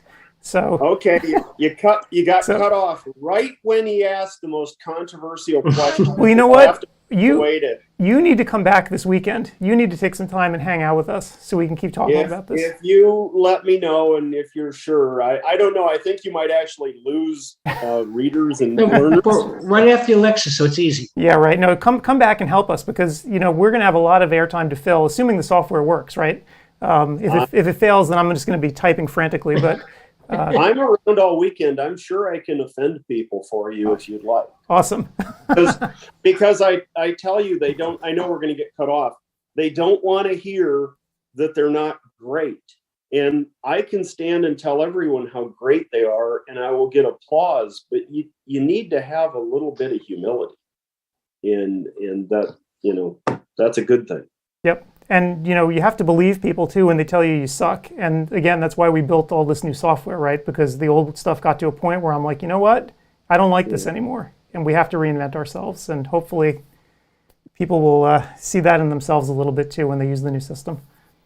Well, I'll let you go, since saying you suck is kind of like that. I get that a lot. All right, Mike. Well, we will see you later. And I just want to thank everybody for showing up here tonight. We've had an interesting couple of hours here. I'm trying to just make sure that, taking a look here to make sure that nobody else had a problem getting in. I'm not getting any messages that people have had problems. It's been remarkably smooth. Wow. I can't remember the last time that happened.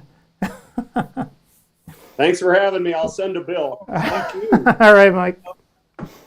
So, if anyone has any more questions, I guess, the chat window is still open here for a little while longer. But it will close, I guess, in 2 minutes. There's a discussion thread going on ODwire as well in the private area for CEwire. So I sent a link to everyone. It's actually still running at the top of the screen on ODwire. So you can come in if you have any problems or any questions over the next few days, and we can try to answer them for you. So do you guys have any parting thoughts before we book out of here? Oh. No, I think 3 hours went pretty easily without anything to talk about. So we could do 10 hours with that. And Rebecca, thank you for wishing us good luck. We're going to need it, coming up this weekend.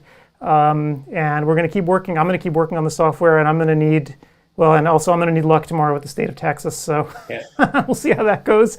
And I'll report back actually on ODwire as I work with Texas and Illinois, by the way, because we are a certified Illinois provider. I got to make sure we've dotted all the I's there as well. So we'll see how that goes. With the interaction of the people that are attending, and from the questions, we're going to have a lot of questions the first hour or two, but Your interface is so great, I don't think it'll be a problem, Yep. as long as it doesn't blow up. And thanks for the folks at Audentio for showing up here tonight too to watch what was going on and make sure the software was going, smoothly. We got a decent test out of it tonight, and I'm sure they'll have feedback for me tomorrow.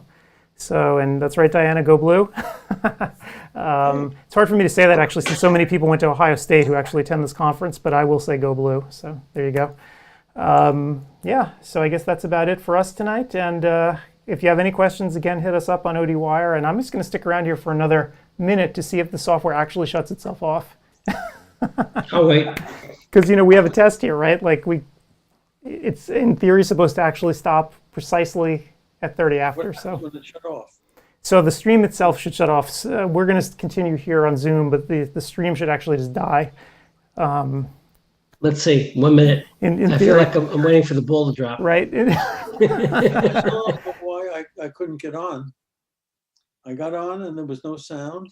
The mute button's on lower left, Paul. You have to unmute. Yeah, you always have to unmute. I was unmuted and I don't know. One of those things. Saturday. All right, so And Gretchen gets an RX for presbyopic drugs. I'll have some feedback to present to my lecture. there you go. I could definitely use some too. You want some? Yeah, I'll give it a shot. Yeah, just get your pharmacy, date of birth, and text it to me.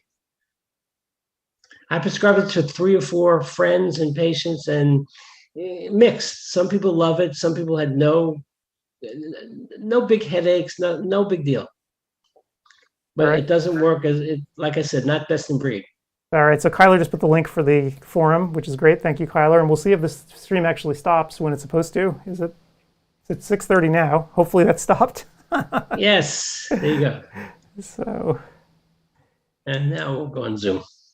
and let me Okay, so have dinner, guys. Well, I ate dinner while I was watching it. all right, and it actually worked. It did stop the stream. Wow. Holy crap, the Yep. software works. Why am I so surprised? Ed, did you I record? found it 30 seconds before. Ed? I'm coming upstairs here. I'm just talking to Steve and Ted. Wow. Ed, did you record, Mike? What's that? Was all the stuff recorded? Oh, yeah, this is all recorded. Yep. Yep. I think that it's a worthwhile hour. Now I'm putting on YouTube.